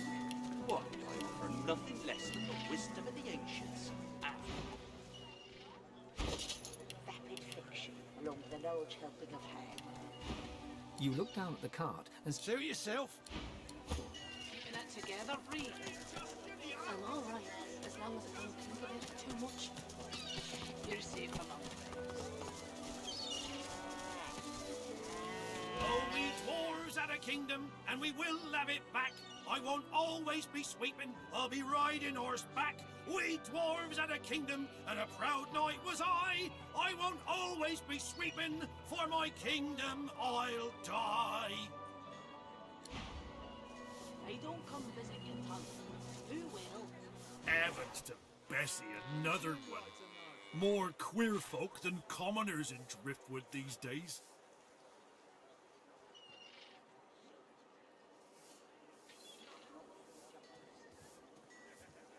Plain as day. Don't take hawk eyes to see you're as queer as a pear-shaped apple. Just look at you! A sword-slinging stranger if ever I saw one. I'm surprised those robed fellers aren't attacking you on sight. Anyway, tavern's just down the road. Can't miss it. 'Cause that's where all the queer ones go. Clanking dwarves, dozy lizards.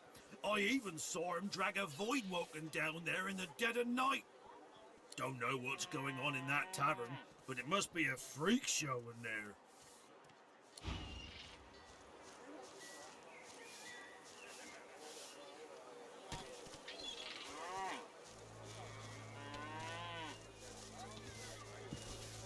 Maybe I'm glad I ain't pulling carts of stinking fish round no more. But what's a beast to do if not pull?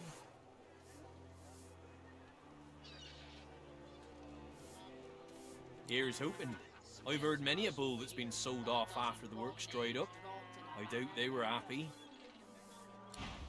Then don't come over. Not like you're buying anything.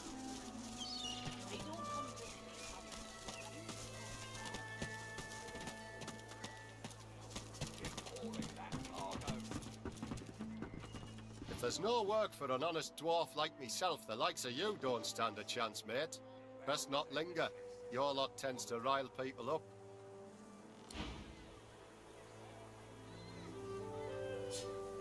You two, Julian, show him how it's done, man.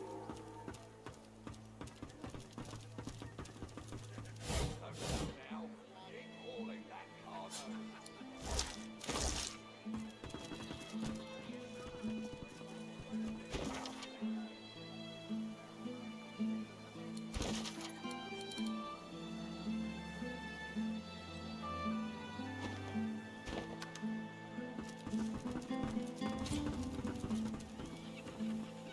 Joe's gone a bit long now.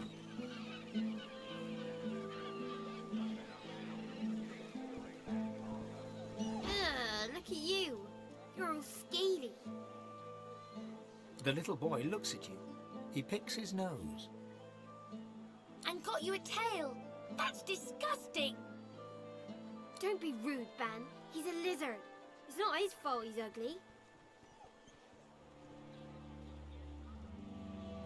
They stare at you in disbelief. Then they start laughing. You're weird. We're waiting for our friend. He went for a swim. We'll be back soon.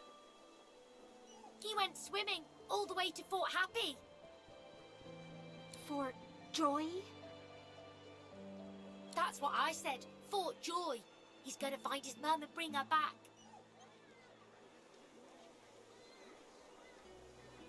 Cool. How did you know that? Lizard, have you seen our friend Joe? Tell them the truth about Joe. They have to grow up sometime. What they don't know can't hurt them. Don't tell them. Kids are resilient. Tell them the truth.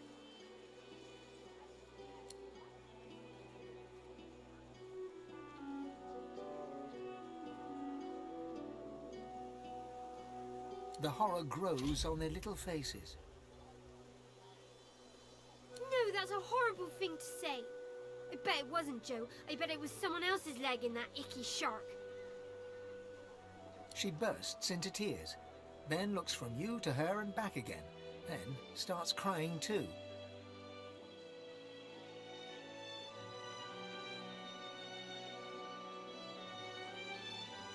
After a moment, the crying subsides. Ben and Harriet snuggle into you. So where's Joe?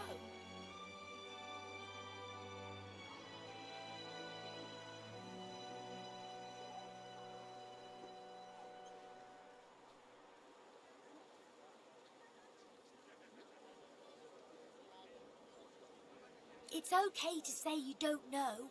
You don't have to make stuff up. I think we should go home. Come on, Ben. Thank you, Mr. Lizard. Bye-bye. Bye-bye, Lizard. They skip away, still children, but now, somehow, older than before.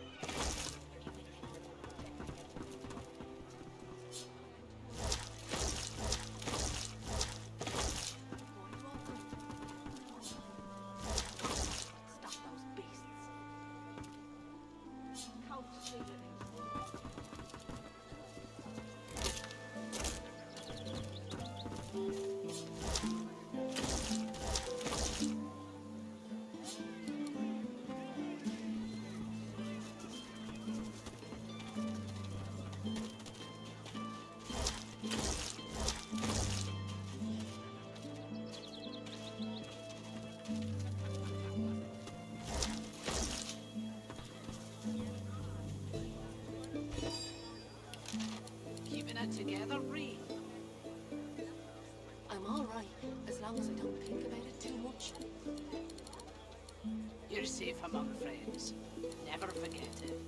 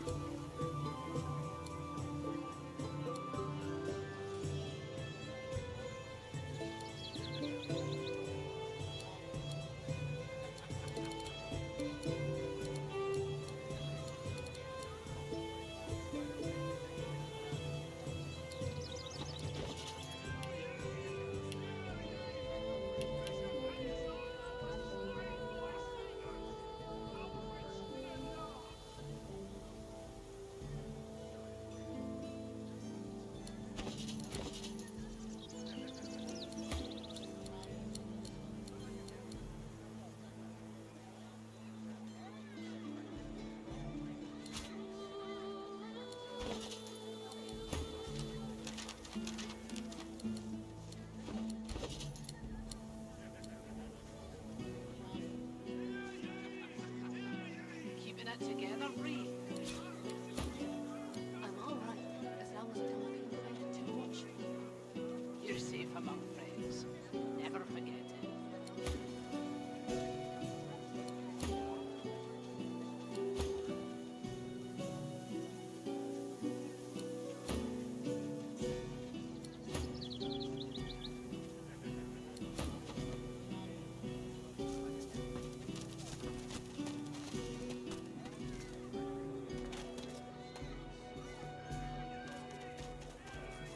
Hackles raised, the dog barks at the sand built up beneath the building. You're nice, and I'm a good dog. Yes, I am. There's something not right, and that's wrong. It's under the house thing there, and it's bad. I can smell it. You be careful now. What's under there smells real bad. It smells evil.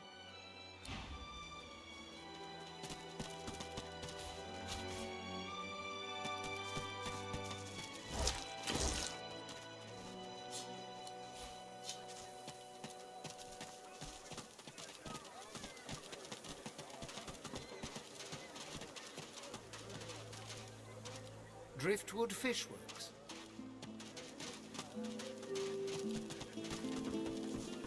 Keeping it together, Bree. I'm all right, as long as I don't think about it too much. The Silent Watcher's jaws clench and slacken again and again for no visible reason. Two empty eyes stare straight ahead like the black button eyes of a child's stuffed doll.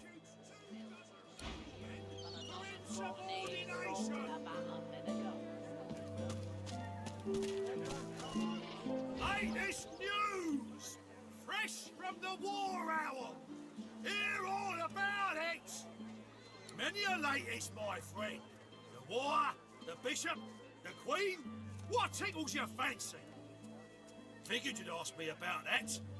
Ain't looking too good for you, lizards. Word is, the Divine Order's gonna hit your empire and hit it hard.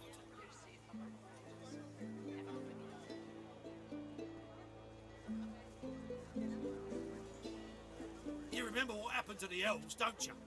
Ain't no one left standing when you treat them to death, Frog. You're lucky to be so far from home, and no mistake. Not in any mood to talk about it.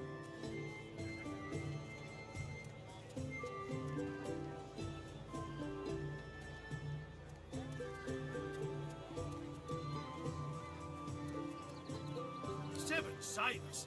Stabbed in the back he was by them vile, low-born, treacherous seekers.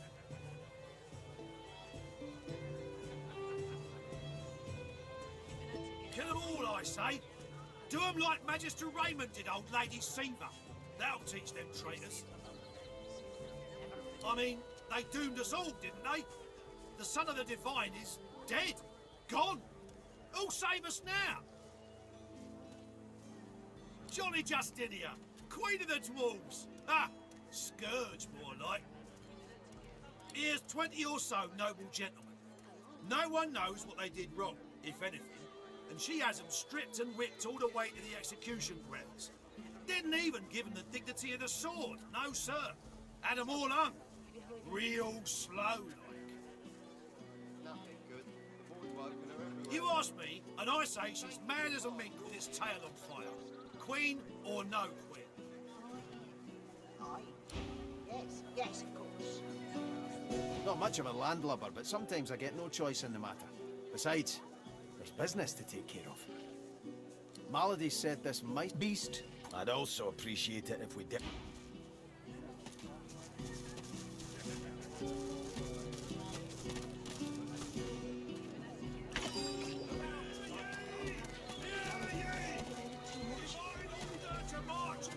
You're safe among friends. Never forget it.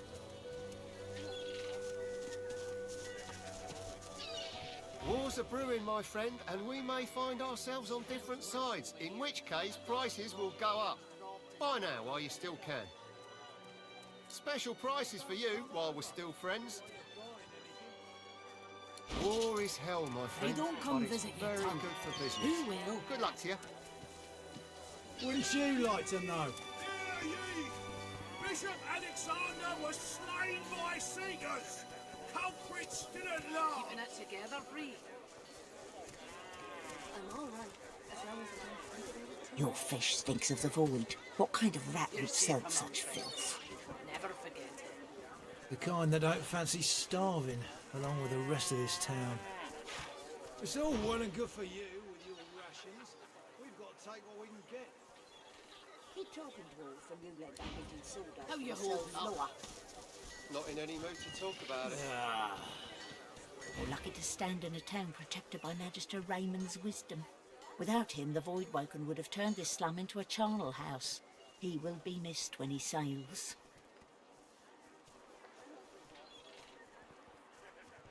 I'll not be lured away from my post by some fork-tongued hearsay. Go and tell someone that gives a damn. Keeping it together, Bree. I'm all right, as long as I don't think about it too much. The carved figure is a resplendent sight in this ramshackle village. Your touch creates a ripple across the mosaic, as if it were water and not stone. A comforting warmth spreads through you, starting at your fingertips. Don't come over. Not while you're buying anything.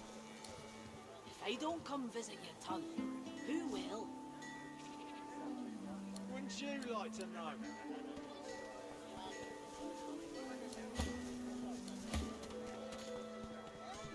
Keeping it together, Bree. Stinks of the void. What kind of rat would I'm sell all such right, as long as I don't think about it too much. The kind that don't You're fancy safe among starving, friends. along with the Never rest of this forget it. town. It's all well and good for you with your rations.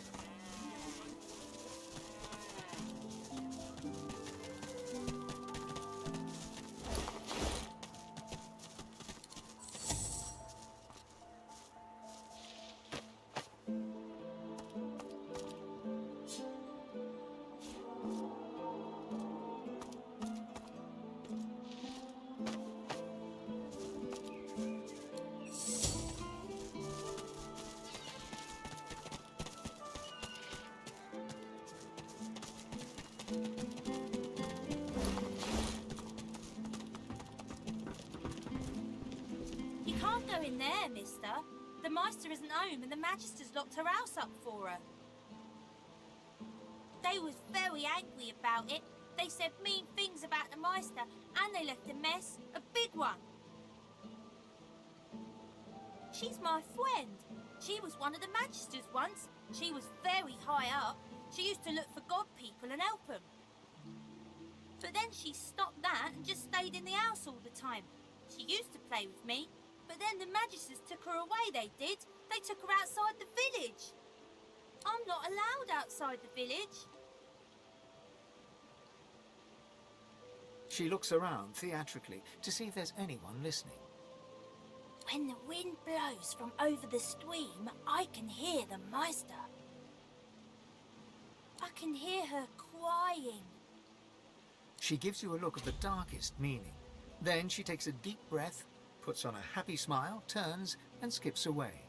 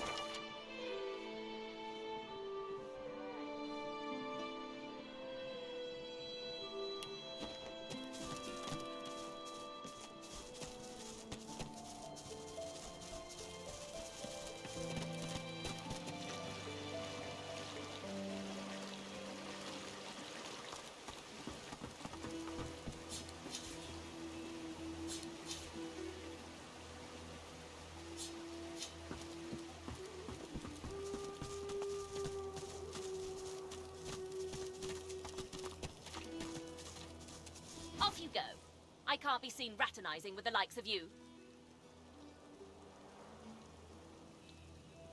Oh, terribly sorry. For letting me live, you have my eternal gratitude. Ha! Foolish stink beast.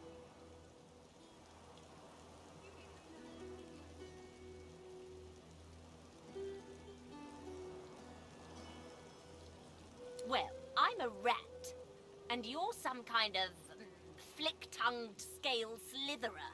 Never the twain shall mix, thus spaketh the reddish large-style flesh beasts. Just look at what happened to that lovely flick-tongued scale slitherer when she spent too much time with a lumbering large-style flesh beast of her own. No thank you.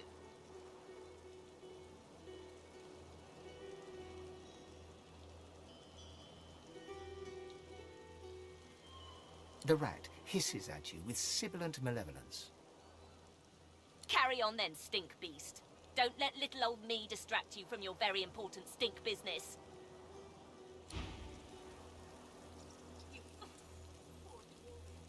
Do you even know what they've done to you?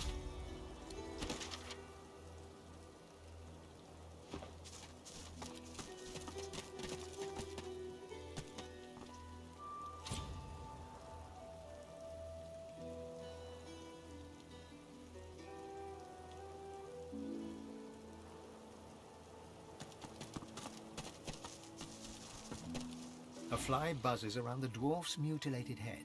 For a moment it lands, crawls across his open eye and takes off again. The silent watcher does not blink.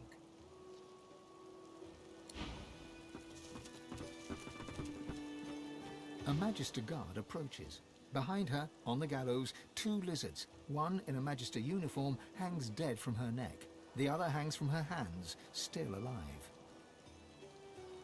Step away from the prisoner, reptile! Do you even know what they've done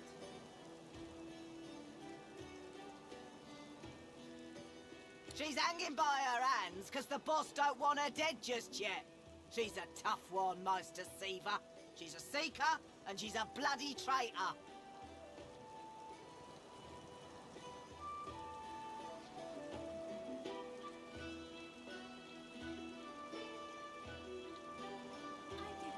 She was part of the Order.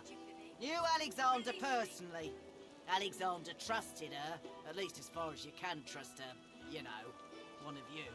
Anyway, to repay that trust, the Meister gave Alexander up to his enemies.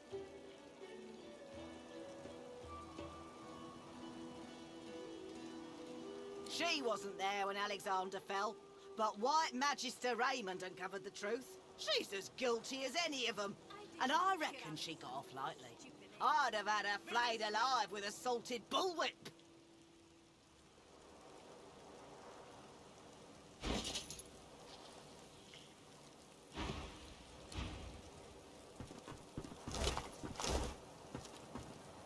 The lizard hangs from the gibbet, her face blooded and her scales discoloured.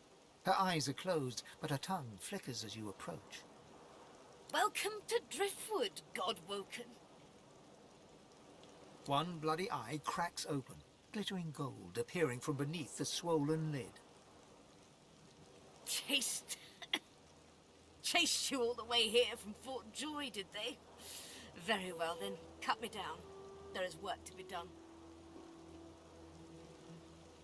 Or indeed you could stand there gawping as if you were a cow ordered to dance a reel. It is a masterful performance. I would applaud it, but well.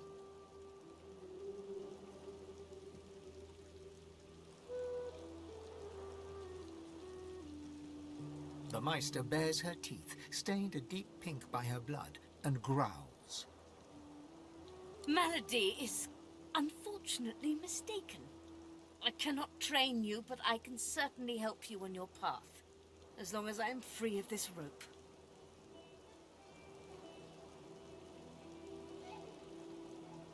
Because along with torture and interrogation, the Magisters found space in their schedules to purge me, that's why.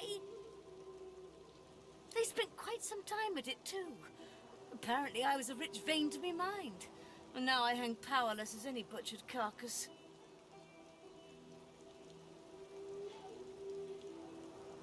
They stopped the process just as the last of my power drained away. Just enough to rob me of my strength, but not enough to leave me a hollow sack of flesh and scales. I had hoped they simply wished to preserve my charm and beauty, but no. It seemed Dallas had ordered that I be held until she could do the deed herself. To give it the personal touch, I imagine. Now that you have had that that delightful little nugget of gossip, perhaps you could do your damn job and let me loose?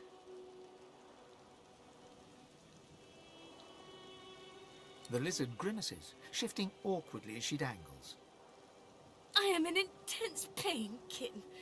You are either insufferably cruel or insufferably stupid. Insufferably cruel. How charming. It was obvious, Godwoken.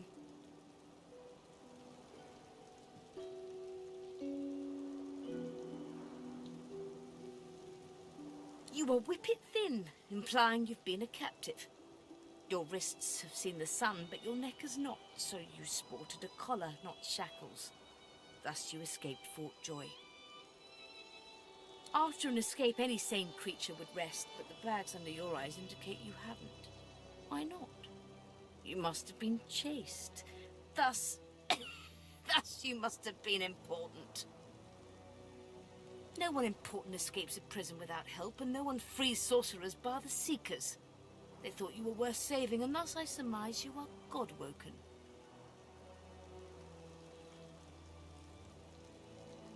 Now, an important person does not come to Driftwood unless they seek someone even more important than themselves, so I further surmise you are here for me and will help me down. Now! A slow, pained grin spreads across the lizard's face. Her tongue flickers. Not quite as stupid as I imagined. I am still head of the Seekers, boy. I can taste your sauce. It wafts about you like honeysuckle on the breeze.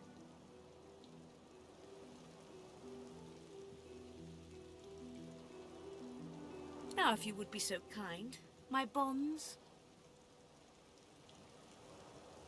By the seven, where are you going? Get me down, you human-touched cretin!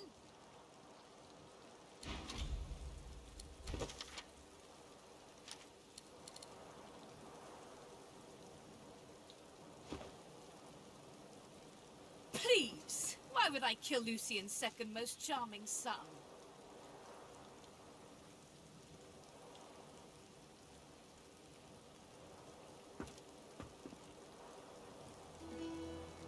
Move along there now. That's internal order business. You'd do well to leave it alone. Let's just say Zeus and there was of help to sorcerers and leave it at that. Come now.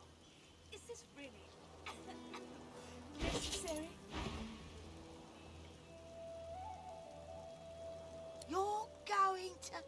what, now?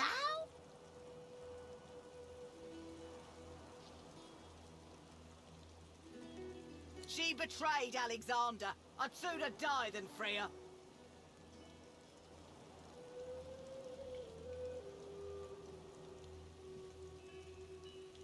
Come now. Is this really necessary?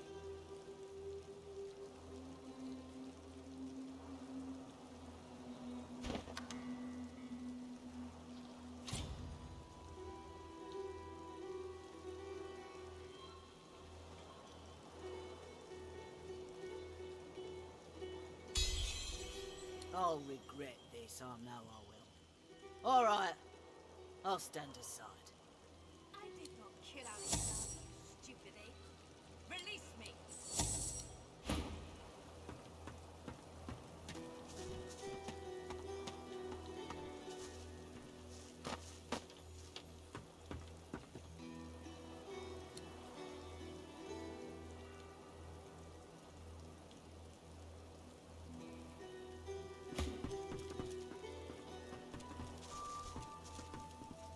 I did not kill Alexander, you stupid ape. Release me!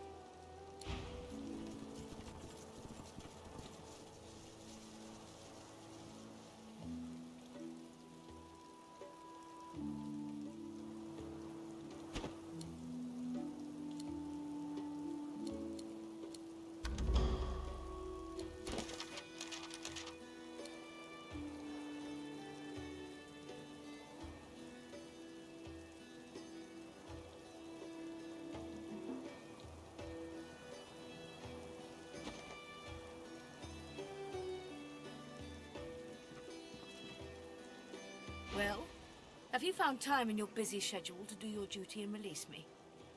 Be quick about it. Who knows when that Magister might return?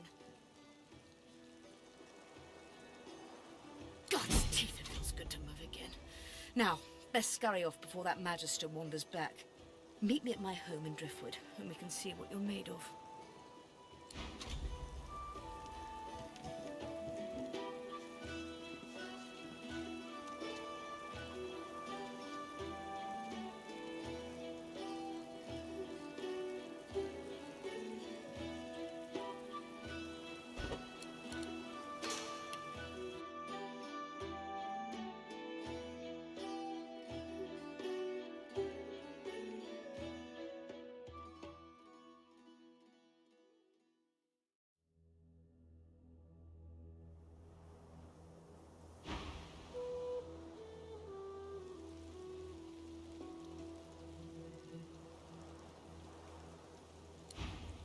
I did not kill Alexander, you stupid ape.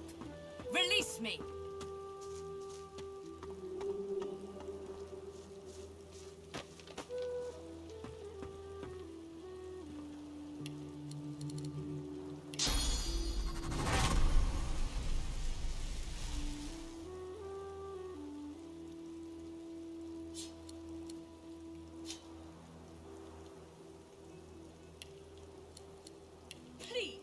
Why would I kill Lucian's second most charming son?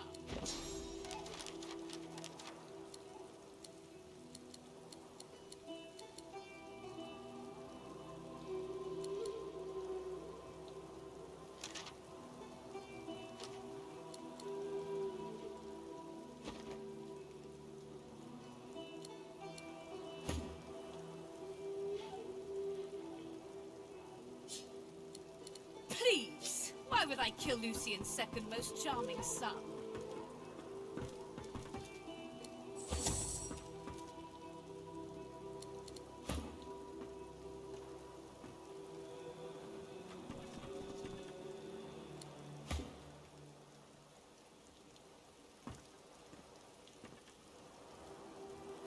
Well, have you found time? Be quick about it before the Magister realizes their prize catch is about to slip through the net.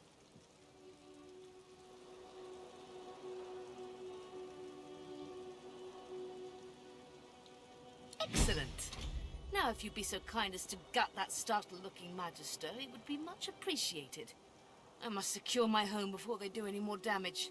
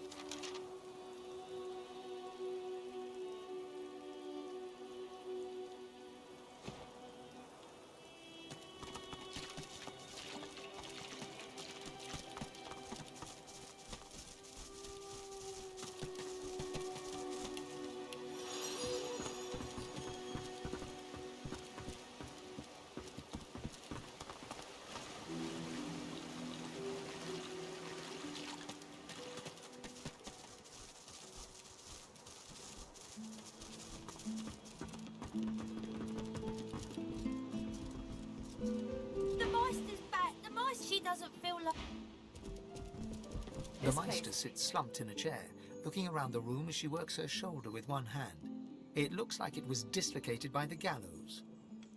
Damnable red-cloaked baboons ransacking my wardrobes, as if I would keep ancient valuable secrets in a pile with my unmentionables. She takes a deep breath, and with a twist, a click, and a screech of pain, she shoves her shoulder back into its socket.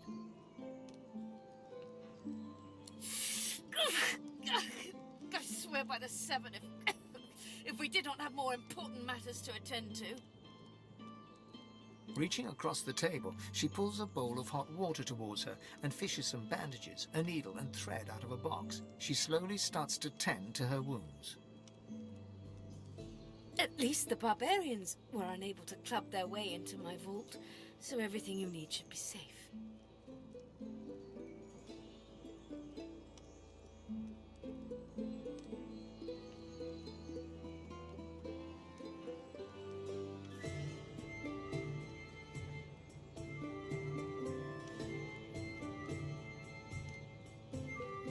Apparently I had a claw in murdering their darling divine-in-waiting Alexander. The Meister wrenches the bandage, pulling the fabric tight against her wound. She winces before tying it off in a neat knot, but you can see the red stain already spreading across the fabric. Never mind that. That I was here the entire time. Apparently my cunning transcends time, space, and common sense.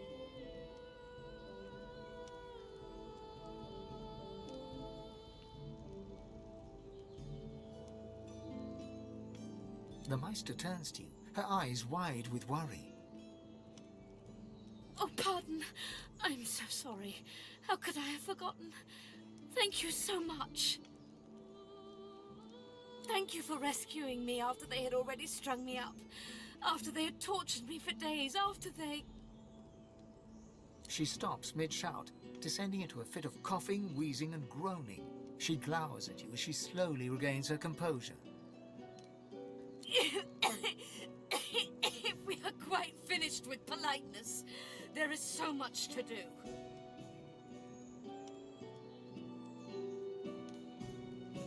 Enthusiasm? On a weekday? My word.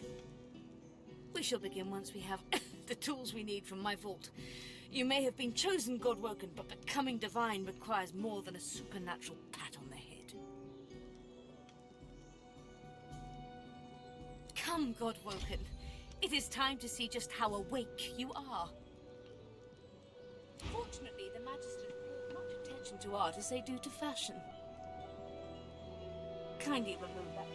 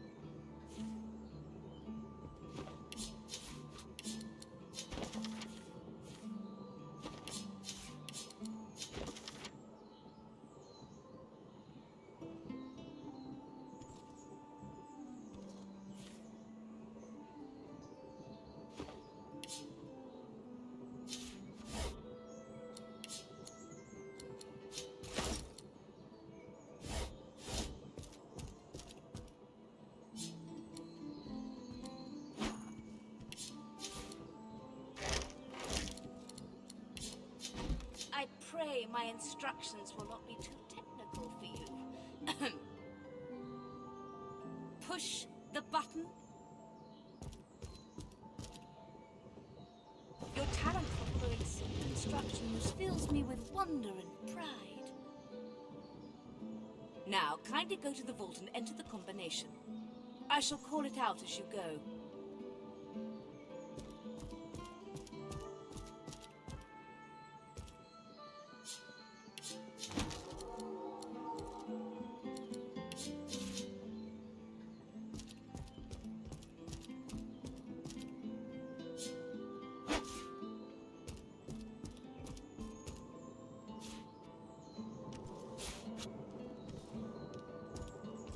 We can go nowhere until you open the safe in the floor.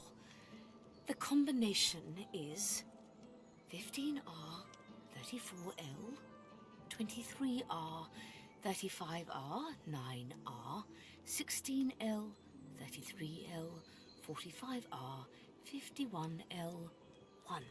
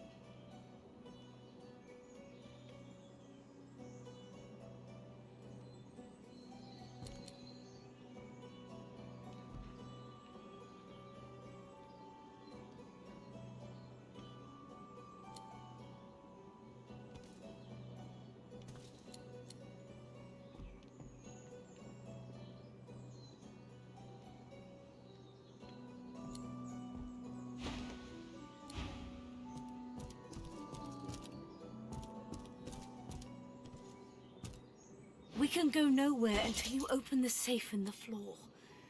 The combination is 15R.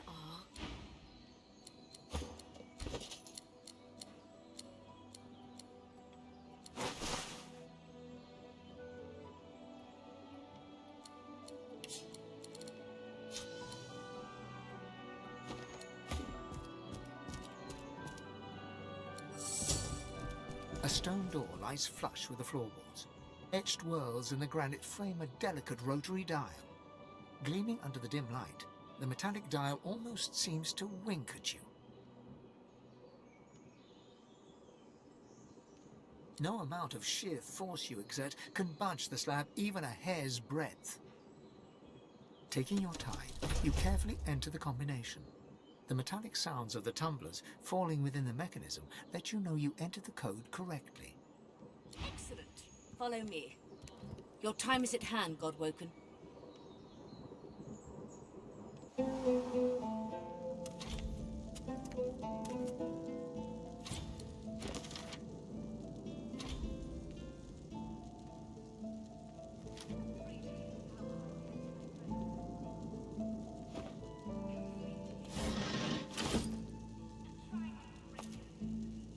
Go on then.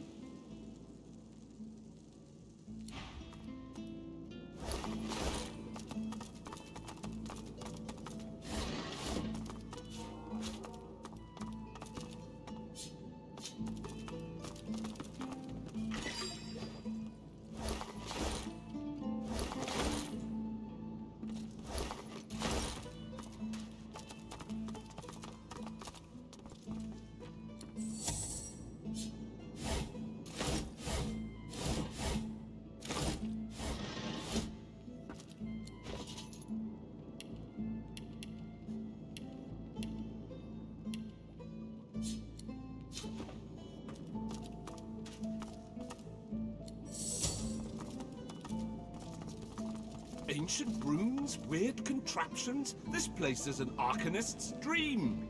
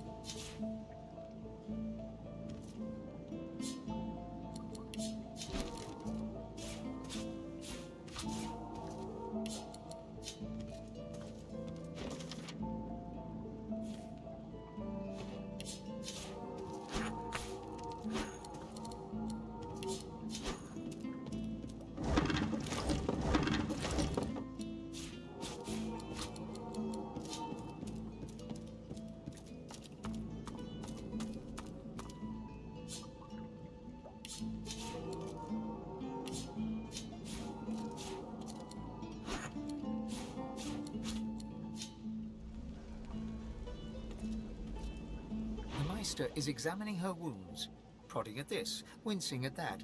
Her face seems grim as she turns to you. Do you know what it means to have the power of the divine, Godwoken?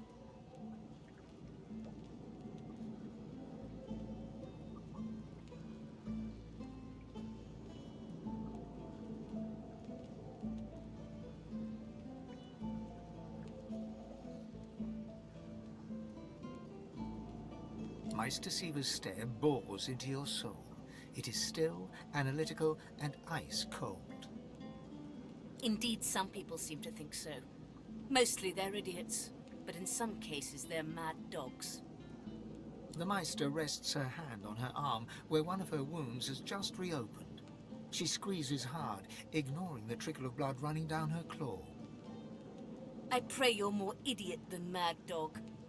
It would be a shame to expend all this effort just to see you put down.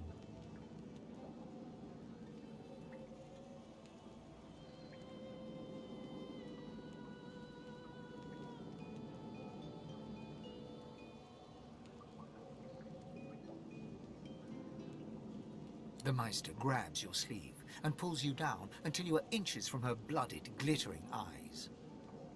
If the void breaks through, it is the end of everything we know.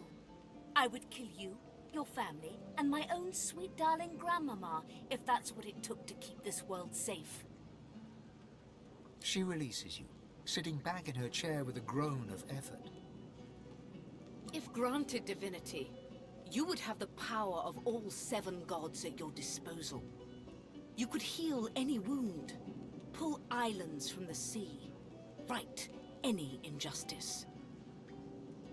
But make no mistake, the Divine has only one duty: to protect this world from the void. The Divine cannot use his power for anything else.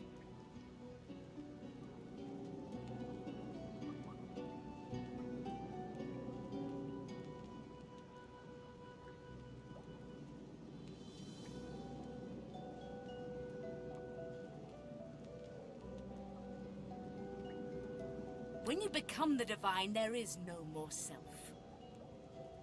For just a moment, her eyes soften as she looks at you. It is no small thing to ask, but it is your duty. Without a new Divine, Rivellon will die. Very well, then. Let's see if we can't snatch divinity from the jaws of the void. The ritual itself is quite simple. Drop some blackroot in the bowl, mix in a little blood, set the concoction aflame, and then inhale the smoke. Ignore any feelings of dizziness, burning in your lungs, or a dire sense of existential dread. They're all perfectly normal, although you will need to sacrifice a little sauce along the way. Everything you need is here. Ingredients in the cupboard, sauce in the glowing fountain, ritual in the tome by the bookcase, even an incinerator to provide a flame. The Meister looks back at her wounds, curiously prodding them as fresh blood oozes out, staining her claws. Quite. Mind you, being torn asunder by a Voidwoken would be even more inconvenient. So if you wouldn't mind... The Meister points sharply to the ingredients cupboard.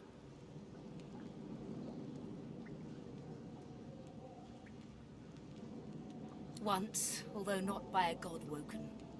My assistant did not believe that one had to be chosen by a god to become divine.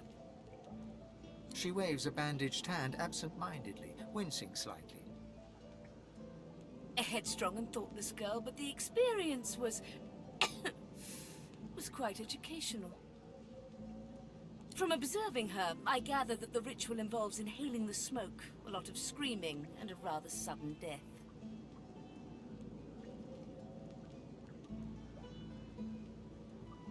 Well, certainly. It is not my place to police the stupidity of others. I have to admit I was curious. Imagine if it had been a success. Why, then anyone could have ascended, even I... Alas, success was beyond her reach. Quite fascinating to watch, though. I've never seen a body burn from the inside out before.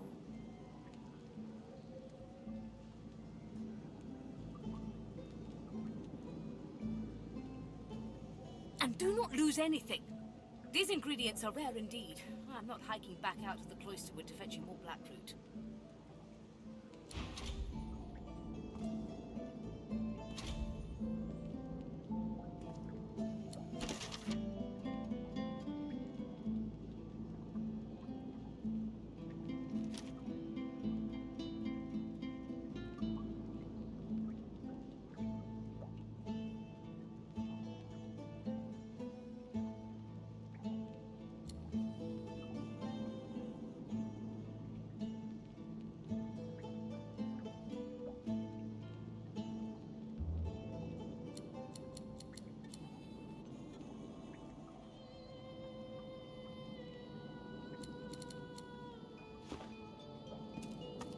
Opening the door, you see a selection of ingredients. After a quick rummage, you spot the blackroot nestled between the grated dragon's tongue and drudene oil. You gather up the blackroot, obsidian lance, and ancient bowl, and kick the door of the cupboard closed.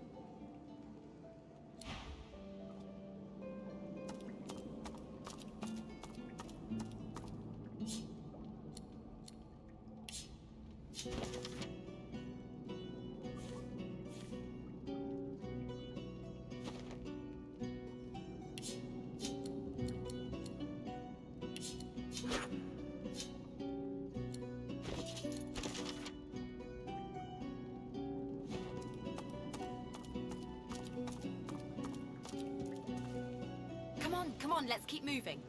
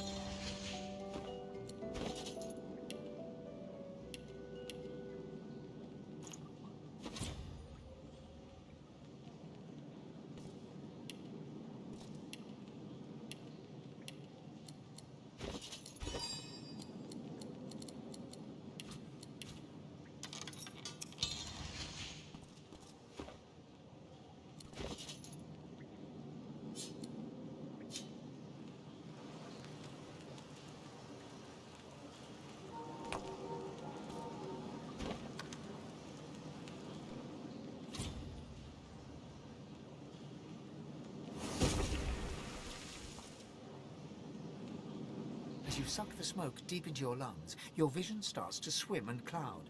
There is an intense pounding in your head, and you can feel the world fading. As the world fades away, you lose all sense of being grounded.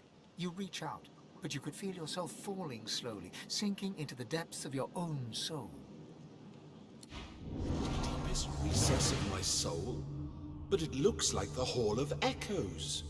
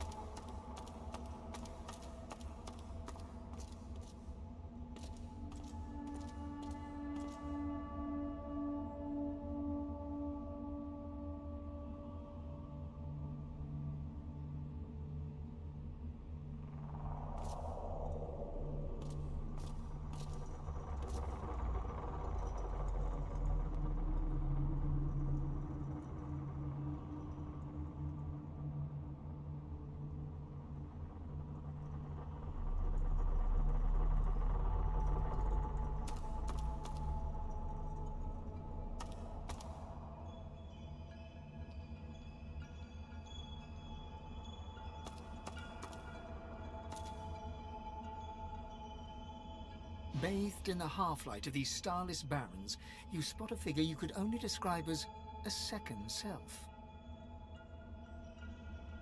It looks haggard and weak, its very voice but a feeble echo of your own.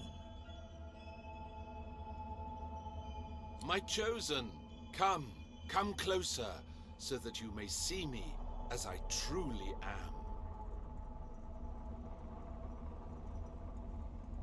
You will see when you look me in the eyes. The apparition clasps your face in its shaking hands. You suddenly feel your eyes tingle. Everything becomes brighter, sharper. Blacks and whites become glorious bursts of color, then fade back into their accustomed spectrum. Blind eyes shine brightly. Speak the spell and see.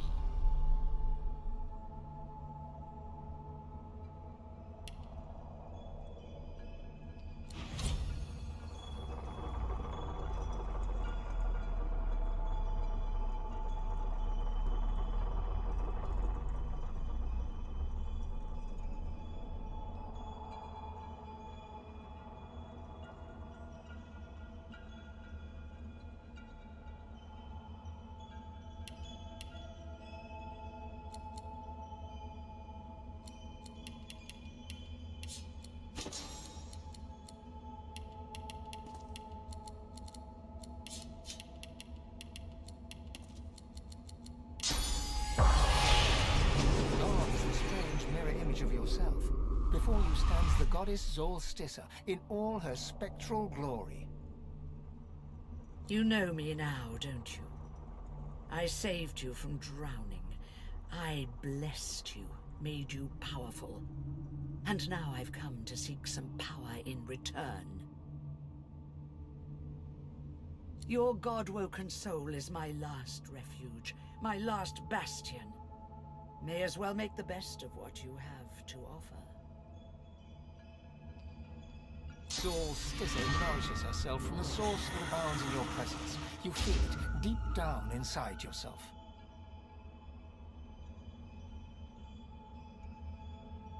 Ah, yes. Just what I needed. I tell you, dying just doesn't become a god.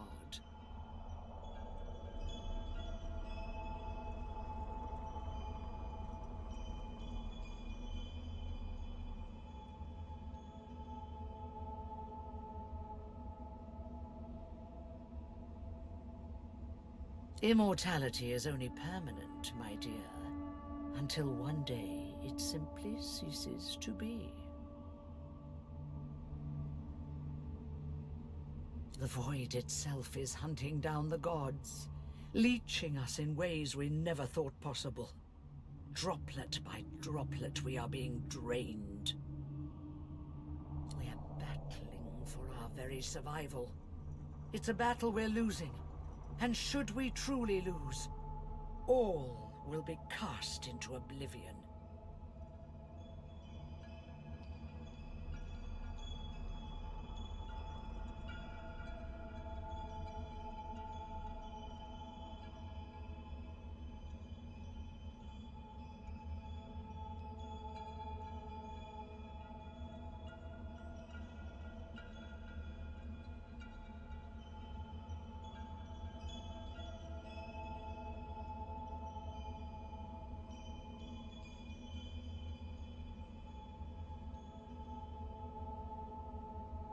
Our battle is a work in progress.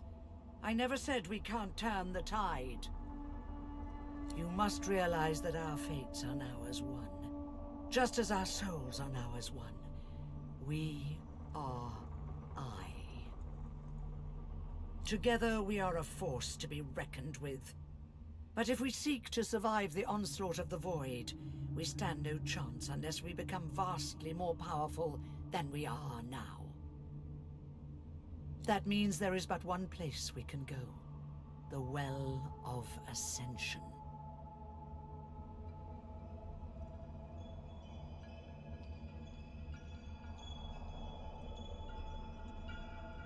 It most certainly will be.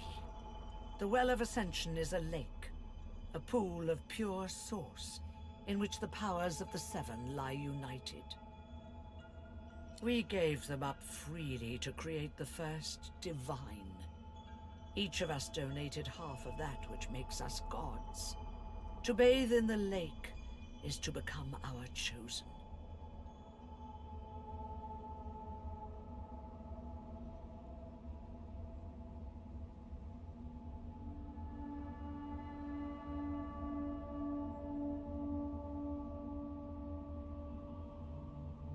That is where the road to divinity leads, and you must be the first to reach it at all costs.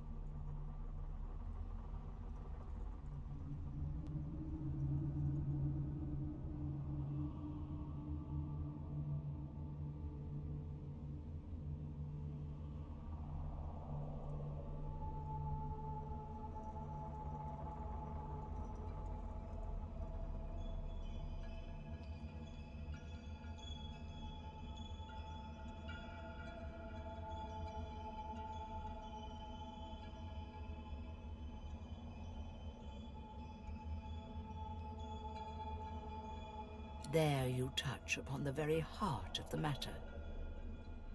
The void is stronger than ever. A new divine won't be enough. You need to go to the Well of Ascension. Not to bathe in the source of the Seven, but to take it. All of it. Only he who claims everything will be everything. The void's doom. This world's liberator.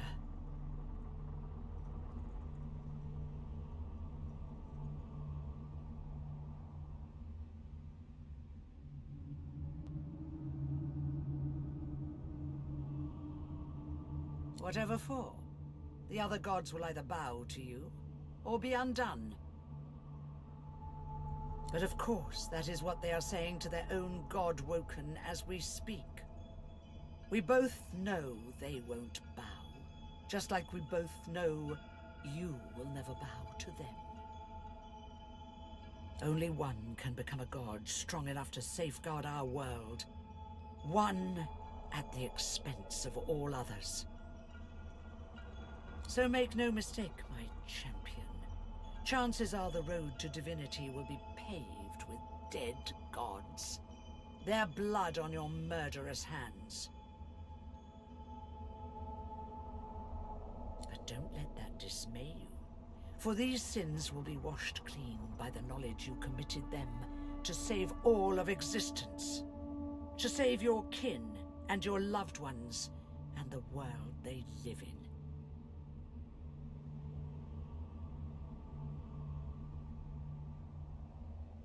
They will be at your mercy, which is vastly preferable to you being at theirs. Wouldn't you agree? So fret not, but revel in the promise of the lake. I will lead you there when you're ready, when you've become a true master of the Source and speak the language of creation itself. Our journey will be fraught with peril. It is a pilgrimage of challenges that will require you to command Source like only a god Woken can, and wield its most powerful spells.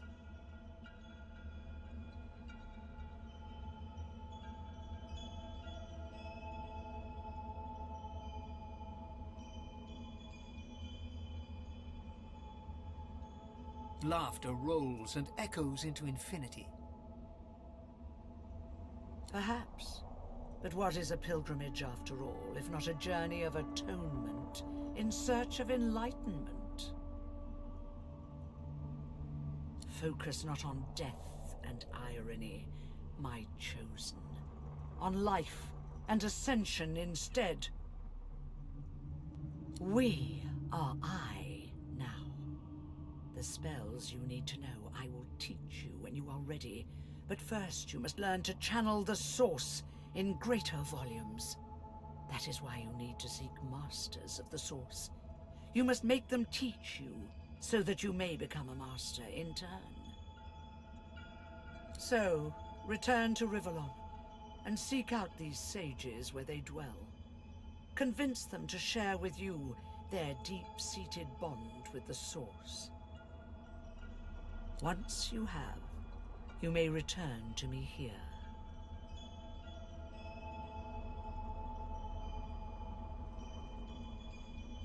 And so much more.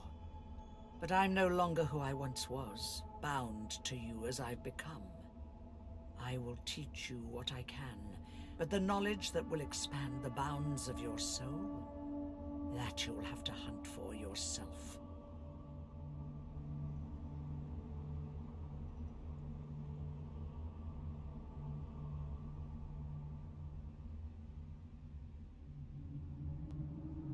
Something that'll make you understand that for a god, there is precious little difference between the living and the dead.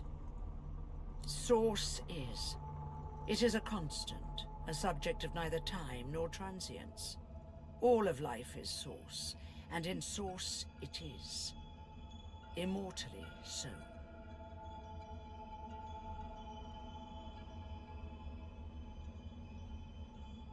You have the vision of a god now. Eyes that can see spirits, the souls of the dead, made manifest in source. Speak the spell during your peregrinations, and you will see them. Where the dead lie, the dead linger. Best of luck, my champion.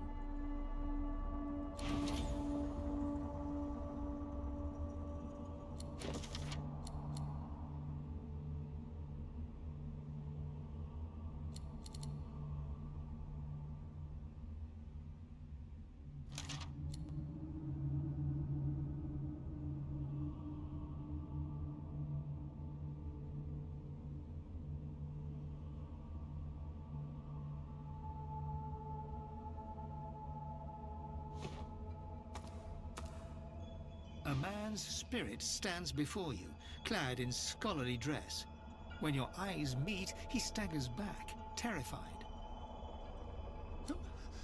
Who has taken my books? My notes? They were here just a moment ago. Everything was peaceful again. Sweet Armadia, why do you test your chronicler so, haunting me with spirits? Am I cursed? Has the goddess turned her back on me?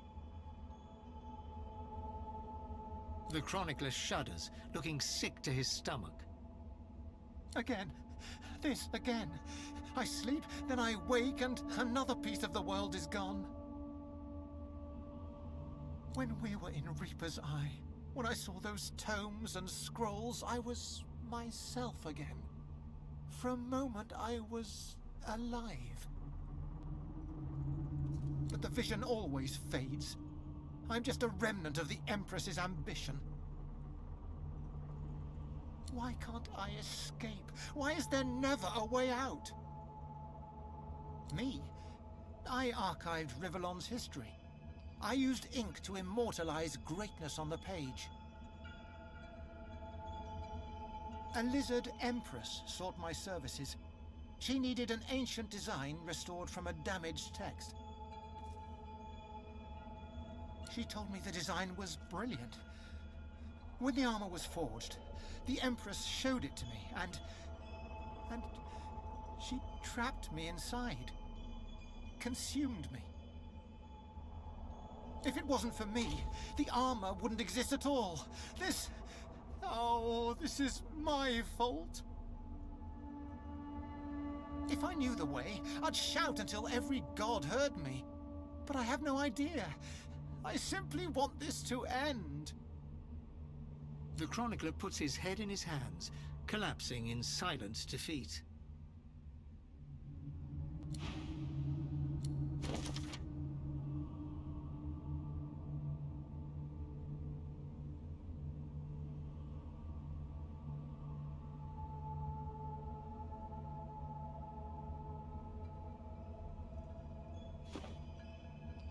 Go now.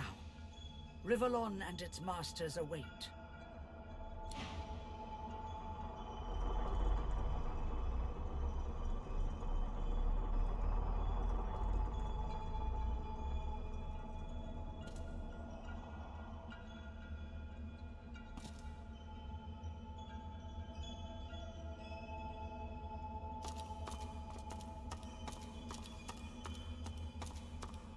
The Meister stares intently at you. Her eyes are tired and bruised, but determined.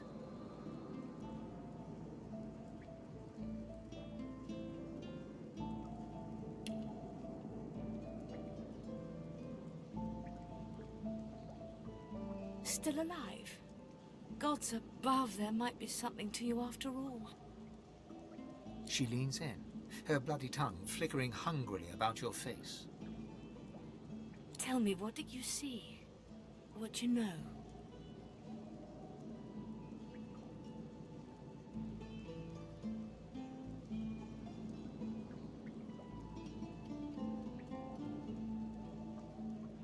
She sighs impatiently as you hack up the last of the green smoke. You can't channel enough sauce? Gods be damned, why couldn't you have a nice simple problem? Finding an orc to dance the hornpipe, perhaps?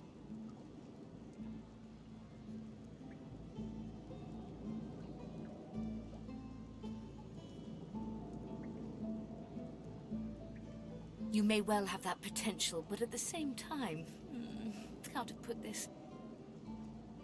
I don't trust you to tie your bootlaces without accidentally hanging yourself, let alone controlling the powers of creation. So we must seek alternatives. Alas, the only source masters not yet hauled off to Fort Joy or turned into meat puppets are those too dangerous or cunning for the Magisters to contain. Sorcerers that allowed their power to corrupt them. Many are wicked, cruel, vile, and generally not good teacher material, but we may have no others to turn to.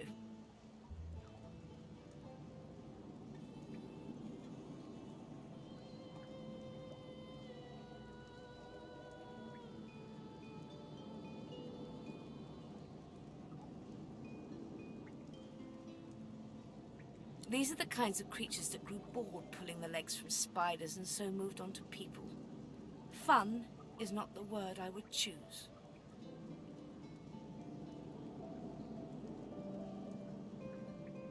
However, it is the path we walk, no matter what the cost. No matter what is asked of you.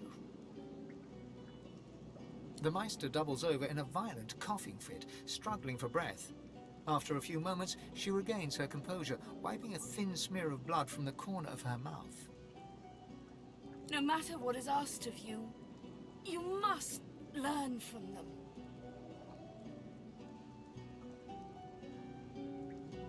And you do not seem to be paying attention.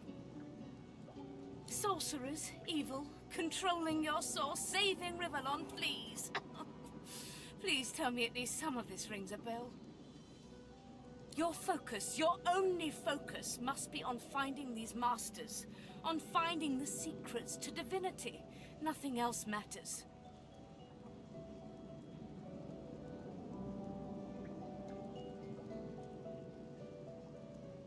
The Magisters have kept ledgers with all known sorcerers, especially the powerful ones not yet captured.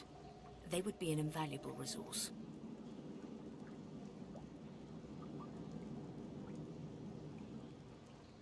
But do be careful not to get caught. I was their guest for a time, and I promise you the gallows was the most comfortable part of the experience. And if their barracks turns out to be as empty as their skulls, just try to keep an ear to the ground. There may still be powerful sorcerers hiding in these lands. As she speaks, one of her wounds reopens, a dark red stain spreading across her tunic. She hisses in frustration and starts to bind the gash. I wish there was more I could do, but in this condition, I would be more a hindrance than a boon. Godspeed, and remember, do whatever it takes.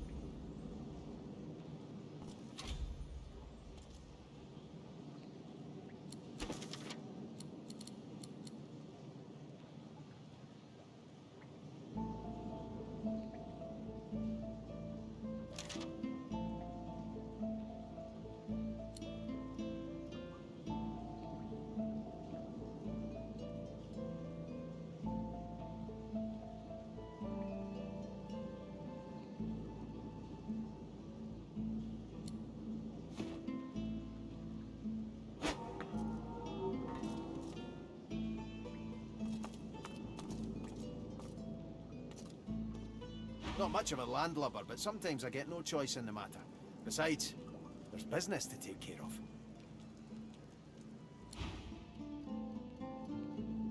Not much of it. Well, the way I see it, we're supposed to learn the ways of Source from these teacher people. It's like going to school. Someone learns us a lesson, and then there's a test. Beast grumbles. I don't like tests. I'd also appreciate it if we dealt with this Lohar fella. He's the key to unlocking this mess Justinia's made. Come on, let's keep moving. Well, I think I should focus on getting this demon out of my head. And of course, I think you should help me. And if we pick up a few new Source tricks along the way, so be it. What? We have to find the Masters of the Source, don't we? As such, my first priority remains to find Roost. He is the pawn that will eventually topple the king.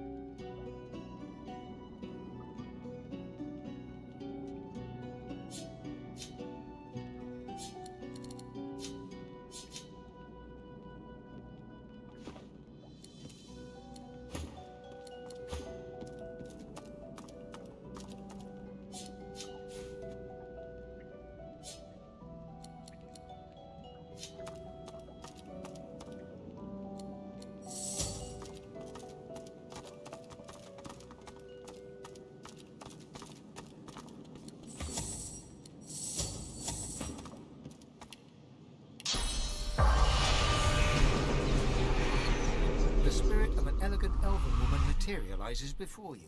She seems surprised. You can see me. A god woken in my presence. You honor me. The spirit looks at you regretfully. It is hard to hear of such power and not covet it for yourself.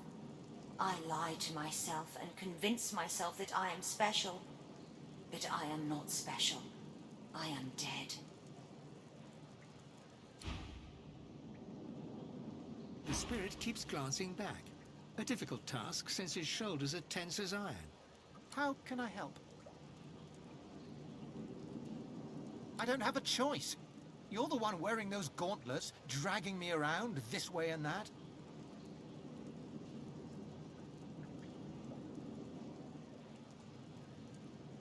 I cannot do anything to prevent it. We are bound together.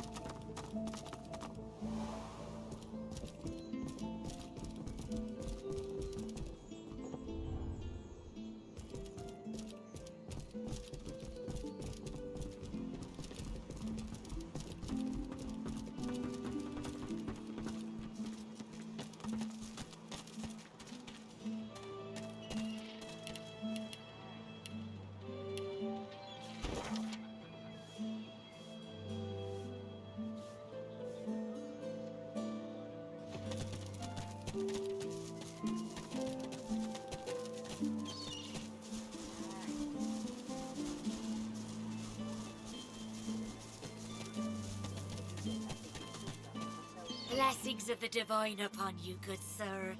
My husband and I were just sitting down for a picnic under the sun. We haven't much to offer, but would you care to join us? Nonsense, come. Sit. We are pilgrims, and pilgrims share no matter what. There you go, all cozy. So tell me, are you heading to Arx like we are?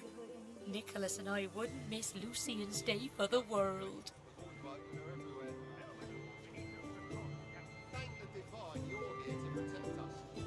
Oh, but you must visit the cathedral, please do. The more pilgrims pray for his return, the sooner Lucian will walk among us once more, just like the prophecy says. So come, let us break bread and strengthen ourselves for the journey.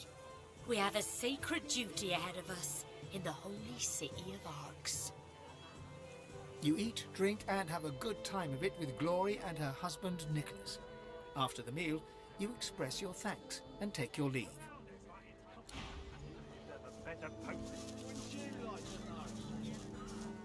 Greetings! May the Seven circle you and keep you safe. Ah, it's a wonderful day, wouldn't you agree?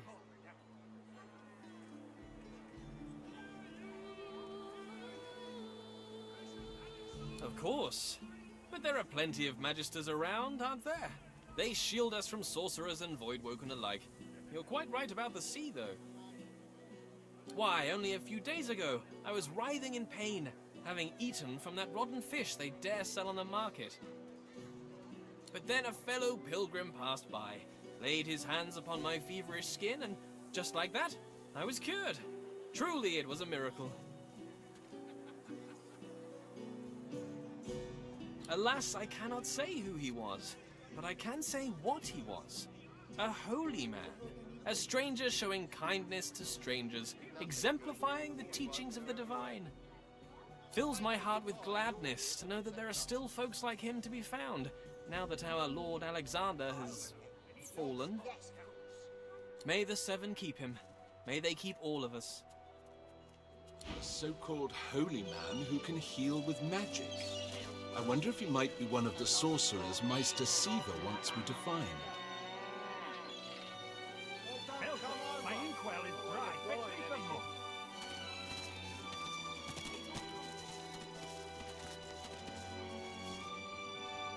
Let it be known henceforth to each and every subject here and everywhere that, in the absence of our beloved Alexander, Bishop Divine, slain with malice and injustice by foul sorcerers,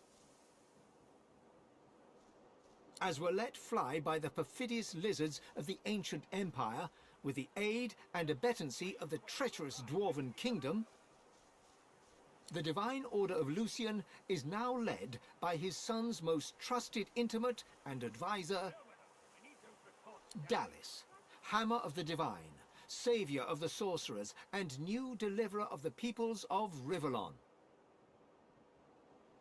The Hammer shall take counsel from her most trusted advisors. Hail to the Hammer, 7 times blessed. Dallis leads the order. Lucian will be rolling in his grave. The dead don't care. It's the living who should be fearful.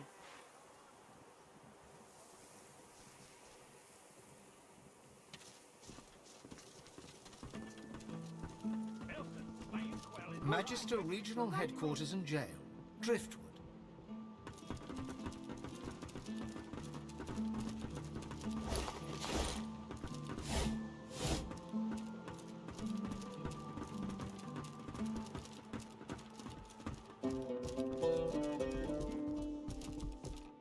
I'm watching you, stranger. Surrounded by incompetence. That's Magister business. Keep your nose out of it.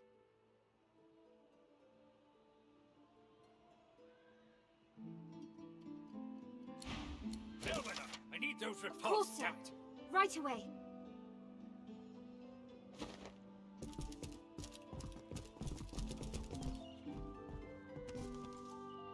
The Magister startles, realizing there's a stranger in his midst.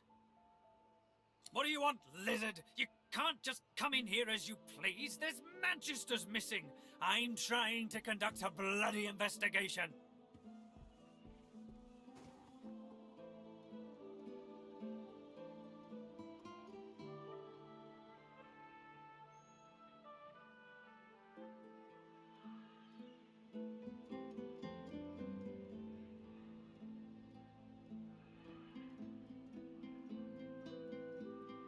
This isn't the ancient empire, serpent.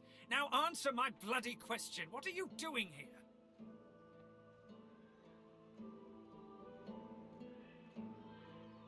Well, mind your bloody step in future. I've an investigation to carry out, and I don't need any more distractions.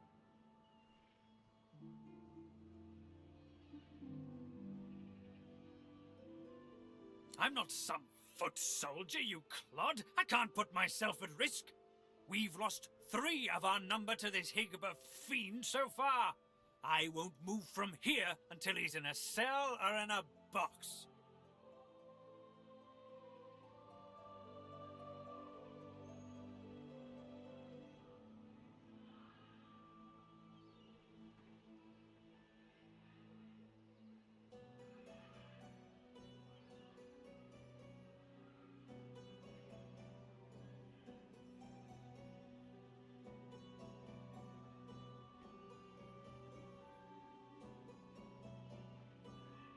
Catching, killing, I don't care. There'll be gold for whoever puts an end to this rat. If you see anything, tell me or my men at once. Otherwise, keep the hell out of our way.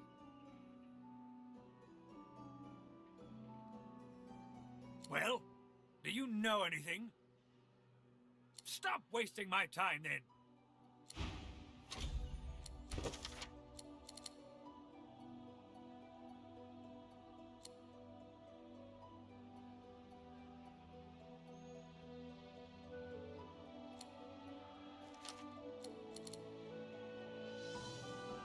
Belson, my inkwell is dry. Fetch me some more. Right away.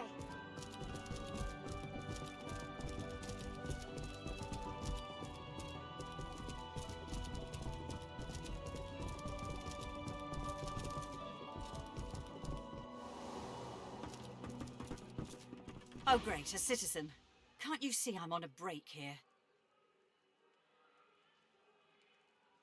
She narrows her eyes and pins you with a bitter stare.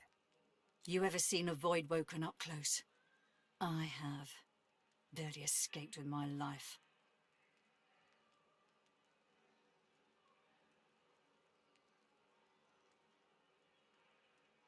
She raises her eyebrows, clearly impressed, despite herself. It's always sorcerers. They get into every nook and cranny and lure those void woken out. As if anticipating a negative response, she holds up her hands. Now, don't get me wrong.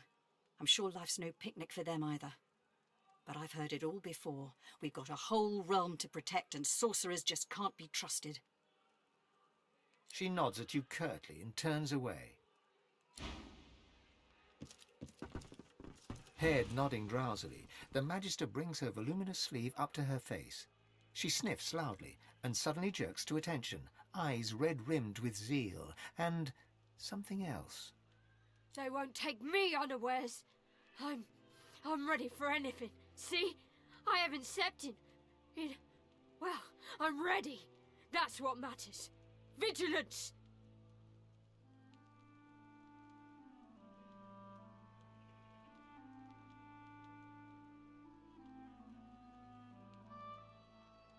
She laughs an unpleasantly brittle crackle.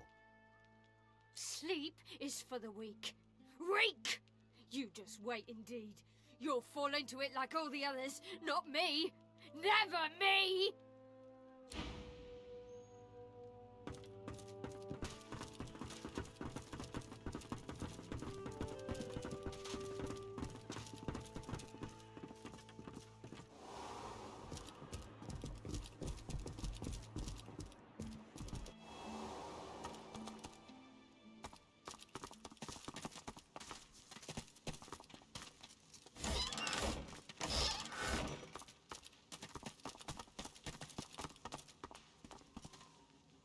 Passion's unblinking eyes regard you from beneath the Silent Watcher's cowl.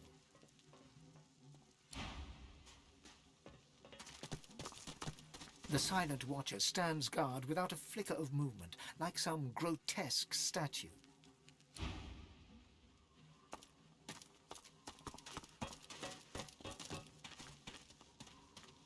The Magister turns to you with a scowl. He already seemed immensely displeased, and your interjection isn't improving his mood. What?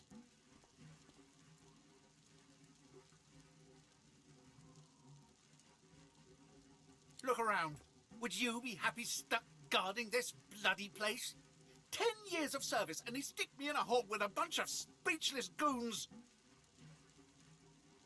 The new leadership ought to learn to respect its veterans. We're the ones who uphold the rule of law, not white ponces like Raymond and Jonathan.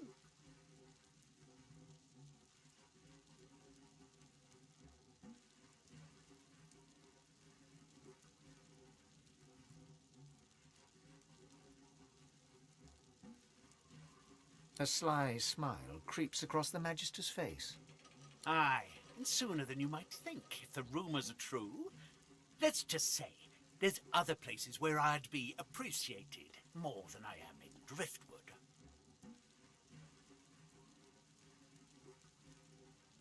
The Magister loses some of his bluster.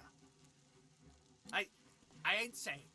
It's a secret for loyal members of the Divine Order only.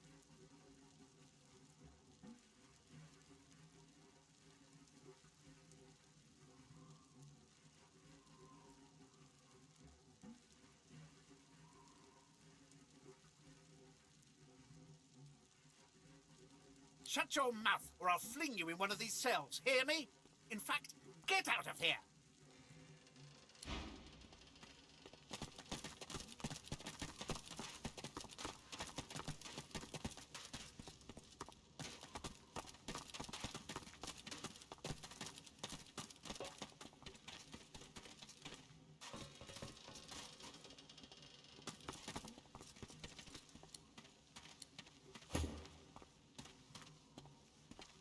The Magister turns to... What? The Magister glances at you like you're something he just... Keep out of it! That's what I want to know. Stuck here with those silent things.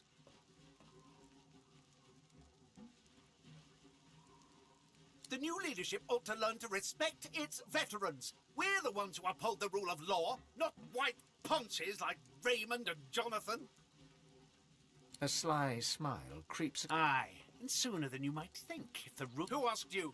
You're not even supposed to be down here.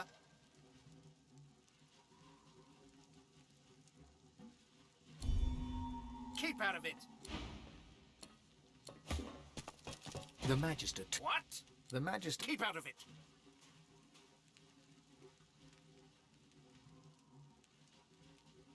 That's what... The new leadership ought to... A sly... Aye. And sooner than you might think. Who asked you?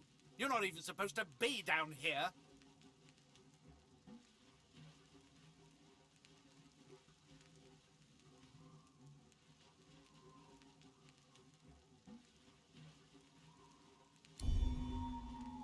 Keep out of it.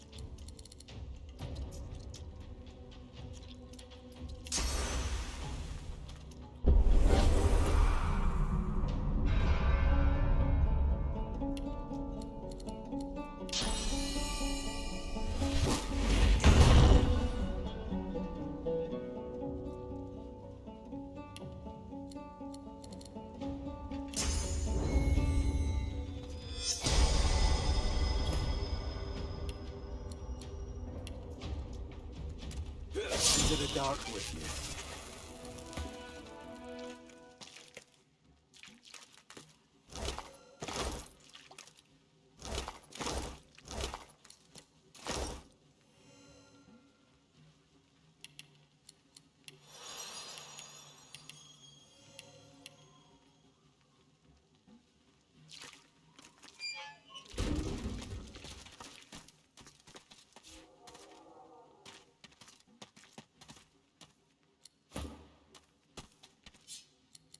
A painful death, trapped and defenseless.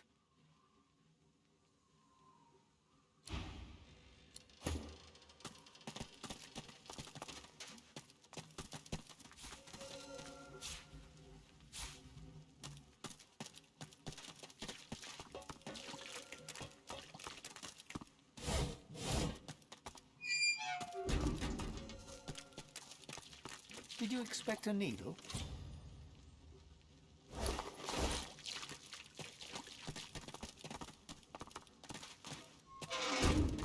I've spotted something.